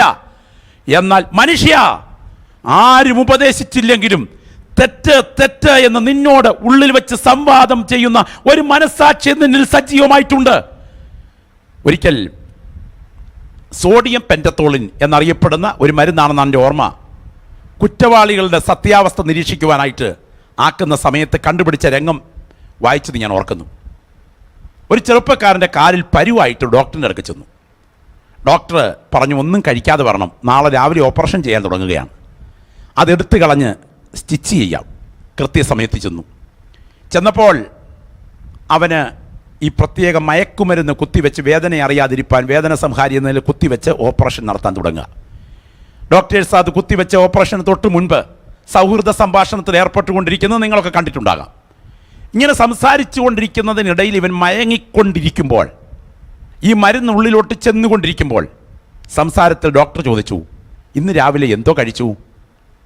അത് ചപ്പാത്തിയും മീൻകറിയും കഴിച്ചു എന്ന് പറഞ്ഞു. ഇത് പ്രതികരണമായി പറഞ്ഞപ്പോൾ തൊട്ട് മുൻപ് അവൻ കഴിച്ചില്ലെന്ന് ഉറപ്പായി പറഞ്ഞിട്ട് അവൻ്റെ വാഗൊണ്ട് തന്നെ അവനെതിരെ അവൻ സംസാരിച്ചത് കണ്ടപ്പോൾ അതിൽ നിന്ന് ഈ മരുന്ന് ഡെവലപ്പ് ചെയ്ത് കുറ്റവാളികൾ ഉപയോഗിച്ചാൽ കുറ്റവാളികളുടെ ഉള്ളിലെ കള്ളങ്ങൾ തുള്ളി തുള്ളിയായി പുറത്തു കൊണ്ടുവരുവാൻ കഴിയുമെന്ന് ശാസ്ത്രലോകം മനസ്സിലാക്കി. അപ്പോൾ എനിക്കെതിരെ എൻ്റെ മനസാക്ഷിയെ സംസാരിപ്പിക്കാൻ ഇവിടെ മരുന്നിന് ശക്തിയുണ്ടെങ്കിൽ പ്രപഞ്ച ചക്രവർത്തിയായ മഹാദൈവം എൻ്റെ ഉള്ളിൽ വെച്ചിരിക്കുന്ന തൻ്റെ സാക്ഷിയെ കോടതിക്ക് മുമ്പിൽ സജീവമാക്കുന്നു. തയ്യാർ. സ്തോത്രം. എത്ര വട്ടം സുവിശേഷം കേട്ടു, സ്നാനപ്പെടണമെന്നുള്ള സന്ദേശം എത്ര വട്ടം ചെവിയിൽ മുഴങ്ങി. മനസാക്ഷി പറയും നമുക്കെതിരെ, മനസാക്ഷി വിരൽ ചൂണ്ടും. തീർന്നില്ല കേട്ടോ. സ്തോത്രം. ആകാശം രംഗത്ത് വരും, ഭൂമി രംഗത്ത് വരും. എന്തിന്? ഉറങ്ങിയ വീടിൻ്റെ മുറിയടച്ച് കർട്ടൻ ക്ലോസ് ചെയ്ത് അകത്ത് ചെയ്ത പ്രവൃത്തി ഒപ്പിയെടുത്ത വീടിന്റെ ഭിത്തിയിലെ കല്ല് രംഗത്ത് വരും. എനിക്കും നിനക്കും എതിരെ സാക്ഷി പറയാൻ. ഒടുവിൽ ജീവന്റെ പുസ്തകത്താളിൽ പേരുമില്ലേ, നിത്യ തീപ്പൊയ്യ യാഥാർത്ഥ്യമായി സംഭവിക്കും. ഈ ദൂത് കേട്ടുകൊണ്ടിരിക്കുമ്പോൾ ആ രംഗം ഞാൻ ഇങ്ങനെ വിചാരിക്കുകയാണ്. എല്ലാവരും ഏറ്റുപറയാൻ തുടങ്ങുന്ന ഒരു ശബ്ദമുണ്ട്, യേശു ക്രിസ്തു കർത്താവ്. സ്തോത്രം. നിങ്ങൾക്ക് ഇരിക്കുന്ന ഇരിപ്പിൽ ആ കരമുയർത്തിയെന്ന് പറയാൻ കഴിയുമോ? യേശുവാണ് കർത്താവെന്നൊന്ന് പറയാൻ കഴിയുമോ? ഞാൻ പറയാം. തള്ളപ്പെടുന്നതിന് മുൻപ് ആ തീത്തടാകത്തിലേക്ക്, അഗ്നിപ്പൊയ്യയിലേക്ക്, ഗന്ധകപ്പൊയ്യയിലേക്ക് തള്ളപ്പെടുന്നതിന് മുൻപ് മനുഷ്യകുലത്തിൽ യേശുവിനെ അവഗണിച്ചവർ പറയും, മുട്ടുമടക്കിക്കൊണ്ട് പറയും, യേശുവാണ് കർത്താവ്. എന്നിട്ട് സ്വർഗത്തിൽ പോകുമെന്നല്ല, തീപ്പൊയ്യയിലേക്ക് തള്ളിക്കളയും. അങ്ങനെയാണെങ്കിൽ യേശുവിനെ കർത്താവായി സ്വീകരിച്ച് വിശ്വസ്തയോടെ ദൈവത്തെ സ്നേഹിക്കുന്ന ദൈവമക്കൾ സഹജഡ്ജിമാരായി അവനോടൊപ്പം ജഡ്ജിമെന്റ് സീറ്റിന്റെ പിൻപിൽ ആനന്ദിക്കുന്ന ദിവസം വരുന്നു. ഈ ദൂത് കേട്ടുകൊണ്ടിരിക്കുമ്പോൾ ഞാനും നിങ്ങളും നിൽക്കുന്നത് യാഥാർത്ഥ്യമാണെങ്കിൽ കല്ലറയ്ക്കിപ്പുറം മാത്രം പ്ലാൻ ചെയ്ത് അവസാനിക്കരുത്. കല്ലറയ്ക്കപ്പുറത്തെക്കുറിച്ച് ചിന്തിക്കുക. ന്യായവിധി യാഥാർത്ഥ്യമാണ്. മനുഷ്യ, എന്തെല്ലാം വെട്ടിപ്പിടിച്ചാലും തട്ടിപ്പറിച്ചാലും പറ്റിച്ചെടുത്താലും ഒപ്പിച്ചെടുത്താലും, എത്ര വലിയ മണമാളികകൾ പടുത്തുയർത്തിയാലും, കോടികളുടെ സമ്പത്ത് വാരിക്കൂട്ടി ഭൗതിക സമൃദ്ധിയുടെ നെറുകയിൽ കഴിഞ്ഞാലും, പരിശുദ്ധാത്മാവ് ഈ ദൂതിൽ നിങ്ങളെ വിരൽ ചൂണ്ടി പറയുന്നു, നിങ്ങൾ പ്ലാൻ ചെയ്തതെല്ലാം കല്ലറയ്ക്കിപ്പുറത്തേക്ക് വേണ്ടിയാണ്. എന്നാൽ കല്ലറയ്ക്കപ്പുറം അത് നിങ്ങൾ പ്ലാൻ ചെയ്തിട്ടില്ല. ഈ ദൂത് കേട്ടുകൊണ്ടിരിക്കുമ്പോൾ ഇരിക്കുന്ന ഇരിപ്പിലിരുന്നു കൊണ്ട് ആഴമായി സ്വയം ചോദിക്കൂ. മനസാക്ഷിക്കുത്ത് ഒന്നുണ്ടെങ്കിൽ അന്ധക്കരണത്തോട് ഉൾവിളിയോടെ ചോദിക്കൂ, കല്ലറയ്ക്കപ്പുറത്തിന് വേണ്ടി എന്തെങ്കിലും തയ്യാറായിട്ടുണ്ടോ? പഴയ ഭക്തന്മാർ പാടിയൊരു പാട്ടുണ്ട്, പോയൊരു ദിവസം അതുപോലെ ഈ ഭൂവിലെ വാസവും നീങ്ങിപ്പോവും, നീ അത് ധ്യാനിച്ചീശങ്കൽ ആശ്രയം പുതുക്കണം ഈ ക്ഷണത്തിൽ. ക്രിസ്തന്റെ കാഹളമൂതും ധ്വനി കേൾക്കുമോ ഈ ദിനമാരറിഞ്ഞു, വിശ്രമവാസത്തിൽ ആകുമോ നാം ഏതിനും ഒരുങ്ങുകന്നാത്മാവേ. ഈ വചനം നിങ്ങൾ കേട്ടുകൊണ്ടിരിക്കുമ്പോൾ നിങ്ങളുടെ ജീവിതത്തിൽ നാളെയാട്ടെ എന്ന് ചിന്തിക്കുന്നുണ്ടോ? ഒരിക്കൽ മാർട്ടിൻ ലൂഥർ ഒരു ദർശനം കണ്ടു. ദർശനത്തിൽ പൈശാചിക ശക്തികൾ ഒരുമിച്ച് ആലോചിച്ചിട്ട് സാത്താൻ്റെ കിങ്കരന്മാർ പറയുന്നു, ഏറ്റവും നല്ല ഉപാധി ഇതാണ്. വചനം കേട്ടുകൊണ്ടിരിക്കുമ്പോൾ അനുദപിച്ച് തീരുമാനമെടുക്കാൻ വ്യക്തികൾ തയ്യാറാകും. അപ്പോൾ ചെവിയിൽ ചെന്ന് മന്ത്രിക്കണം, നാളെയാട്ടെ എന്ന്. അങ്ങനെ പ്രവർത്തിച്ച് ഞങ്ങളുടെ അടുക്കൽ നിരവധി ആളുകൾ ആ പള്ളിയിൽ നിന്നെത്തി. ഇനിയും ചിലർ കൂടെയുണ്ട്, അവരും അധികം താമസിക്കാതെ ഇവിടെ എത്തും എന്ന് ഒരു പിശാചിൻ്റെ വാക്ക് പ്രധാന പൈശാചിക ശക്തി കേട്ടപ്പോൾ അത് തന്നെയാണ് നല്ല ഉപാധി എന്ന് പ്രധാന സാത്താൻ പ്രതിവചിച്ചത് മാർട്ടിൻ ലൂഥർ തൻ്റെ കഥകൾ എഴുതിയിട്ടുണ്ട്. ഈ ദൂത് നിങ്ങളുടെ മുൻപിൽ മുഴങ്ങിക്കൊണ്ടിരിക്കുമ്പോൾ നാളെയാട്ടെ എന്ന് നിങ്ങൾ ചിന്തിക്കും. പക്ഷേ പ്രതീക്ഷിക്കാത്ത സമയം ഒരു അറസ്റ്റ് വാറന്റ് പോലെ മരണം നിങ്ങളെ തേടിയെത്തിയാൽ മാറ്റിവെക്കാൻ നിങ്ങൾക്ക് സമയമുണ്ടാകുകയില്ല. പ്രിയപ്പെട്ടവരെ, ഒരിക്കൽ ബില്ലി ഗ്രഹാമിൻ്റെ സുവിശേഷ യോഗം നടക്കുകയാണ്. യോഗം നടന്നുകൊണ്ടിരിക്കുമ്പോൾ ഒരു സ്ത്രീ ഒരു കാറിൽ അതിൻ്റെ മുൻപിൽ കൂടി ഓടിച്ചു പോകുന്നു. അവൾ കാർ അല്പമൊന്ന് നിർത്തി. സ്തോത്രം. അവളുടെ കാറിൻ്റെ ഗ്ലാസ് ഒന്ന് താഴ്ത്തി. അവളുടെ കയ്യിലെ ഡയറി എടുത്തു. ഡയറിയിലെ പോക്കറ്റിൽ കരുതിയ ഡയറിയിലേക്ക് അവൾ ഇങ്ങനെ എഴുതി, ഈ യേശുവിനെ എനിക്ക് വേണം. കല്ലറ വരെ കൈപിടിച്ച് നടത്താനും കല്ലറയ്ക്കപ്പുറത്തേക്ക് കൊണ്ടുപോകുവാനും കല്ലറയ്ക്കപ്പുറം ഉറപ്പിച്ചു തരാനും കഴിവുള്ള ഏക വ്യക്തിയായ യേശുവിനെ എനിക്ക് വേണം. പക്ഷേ ഇന്ന് ഞാൻ സിനിമയ്ക്ക് ടിക്കറ്റ് എടുത്തിരിക്കുന്നു. ഇന്ന് കണ്ടതിന് ശേഷം നാളെ മുതൽ ഞാൻ അവനെ അനുഗമിച്ചു കൊള്ളാം. പക്ഷേ അടുത്ത ജംഗ്ഷൻ ഈ കാർ പാസ് ചെയ്യുമ്പോൾ ഒരു ട്രക്കുമായി കൂട്ടിയിടിച്ച് ചിതറിയ ഡെഡ് ബോഡി പോലീസുകാർ വെട്ടിപ്പൊളിച്ച വണ്ടിക്കകത്ത് നിന്ന് വലിച്ചിറക്കുമ്പോൾ അവളുടെ മടിയിൽ നിന്ന് ഈ ഡയറി താഴെ വീണു. പോലീസുകാർ നോക്കിയപ്പോൾ എഴുതിയിരിക്കുന്നു, ഈ യേശുവിനെ എനിക്ക് വേണം. കല്ലറ വരെ കൊണ്ടു നടക്കാനും കല്ലറയ്ക്കപ്പുറത്തേക്ക് കൈപിടിക്കാനും കഴിവുള്ള യേശുവിനെ എനിക്ക് വേണം. അപ്പോൾ പോലീസുകാർ തമ്മിൽ പറഞ്ഞതായി ഇങ്ങനെ പറയപ്പെടുന്നു, ഇപ്പോൾ മുതൽ എന്നായിരുന്നെങ്കിൽ അവൾ രക്ഷപ്പെട്ടേനെയും. സിനിമ കണ്ടിട്ടാട്ടെ എന്ന് ചിന്തിച്ചതാണ് അവളുടെ ദുരന്ത കാരണം. ഈ വചനം നിങ്ങൾ ഇരിക്കുന്ന ഇരിപ്പിൽ കേട്ടുകൊണ്ടിരിക്കുമ്പോൾ നിങ്ങളുടെ തീരുമാനം ഇപ്പോൾ എന്നാണെങ്കിൽ നിങ്ങളുടെ രക്ഷ ആരംഭിച്ചു. അല്ല, പിന്നാട്ടെ എന്ന് വിചാരിച്ചാൽ ദുരന്തത്തിൻ്റെ തുടക്കമായിരിക്കും. അതുകൊണ്ട് ഈ വചനം നിങ്ങളെ തേടി നിങ്ങളുടെ മുൻപിലെത്തിയിരിക്കുന്നു. കല്ലറയ്ക്കിപ്പുറമോ കല്ലറയ്ക്കപ്പുറമോ വ്യക്തിപരമായി തീരുമാനമെടുക്കാൻ, യേശുവിനെ ജീവിതത്തിലേക്ക് ക്ഷണിക്കാൻ, ഹൃദയത്തിൻ്റെ കവാടം തുറക്കാൻ പരിശുദ്ധാത്മാവ് തരുന്ന സുവർണാവസരം, അസുലഭ സമയമാണിപ്പോൾ. ഞാൻ നിങ്ങൾക്കായി പ്രാർത്ഥിക്കുവാനായിട്ട് ആഗ്രഹിക്കുകയാണ്. ഇരിക്കുന്ന ഇരിപ്പിൽ നിങ്ങളുടെ കരം നിങ്ങളുടെ മാറോട് അടുക്കിപ്പിടിക്കുക. ഹൃദയം തുറന്ന് യേശുവിൻ്റെ മുൻപിൽ സമർപ്പിക്കുക. 50 വയസ്സ് കഴിഞ്ഞില്ലേ? അല്ല, 65 ആയില്ലേ? 70 ആയില്ലേ? പല രോഗങ്ങളും ബലഹീനതയോടെ ശരീരത്തിന്മേൽ ലക്ഷണം വെച്ചുക തുടങ്ങിയില്ലേ? എത്ര ദിവസങ്ങളുണ്ട് ഇനിയും ഈ മണ്ണിലെ യാത്രയെന്ന് അറിയില്ലല്ലോ. ഇന്ന് തീരുമാനമെടുക്കുന്ന, സ്വന്തം തീരുമാനം ദൈവസന്നിധിയിൽ ഉറപ്പിക്കുന്ന ഒരു പകലാണെങ്കിൽ, ഒരു രാത്രിയാണെങ്കിൽ, ഈ സമയം വ്യക്തിപരമായി തീരുമാനമെടുക്കുക. യേശുവിനോട് ഹൃദയത്തിൻ്റെ ഉള്ളിൽ നിന്നും തേങ്ങലോടെ പ്രാർത്ഥിക്കുക. യേശുവേ, ഞാൻ ക്രൂശിൻ്റെ ചുവട്ടിലേക്ക് വരുന്നു. എനിക്ക് നിന്നെ വേണം. എൻ്റെ ജീവിതം കല്ലറയ്ക്കിപ്പുറമല്ല ഞാൻ പ്ലാൻ ചെയ്യുന്നത്. എൻ്റെ ജീവിതം അങ്ങയോടുകൂടെ കല്ലറയ്ക്കപ്പുറം ഞാൻ പ്ലാൻ ചെയ്യുന്നു. പരിശുദ്ധ ദൈവമേ, ഈ വചനം കേട്ടുകൊണ്ടിരിക്കുന്ന ഞങ്ങളുടെ പ്രിയപ്പെട്ടവരെ നിങ്ങൾ കൈമാറുന്നു. കല്ലറയ്ക്കിപ്പുറത്ത് മാത്രം പ്ലാൻ ചെയ്ത് മൂഢൻ എന്ന വിളിക്കോഹരിക്കാരനായവനെ പോലെ സംഭവിക്കാതെ കല്ലറയ്ക്കപ്പുറം പ്ലാൻ ചെയ്ത് ധന്യൻ ആയിത്തീരേണ്ടതിന് ഈ പ്രിയപ്പെട്ടവരുടെ മേൽ കൃപ വ്യാപരിക്കട്ടെ. യേശുവിൻ നാമത്തിൽ ആ വിടുതൽ അവർക്കായി പ്രതിഫലിക്കട്ടെ. യേശുവിൻ നാമത്തിൽ തന്നെ.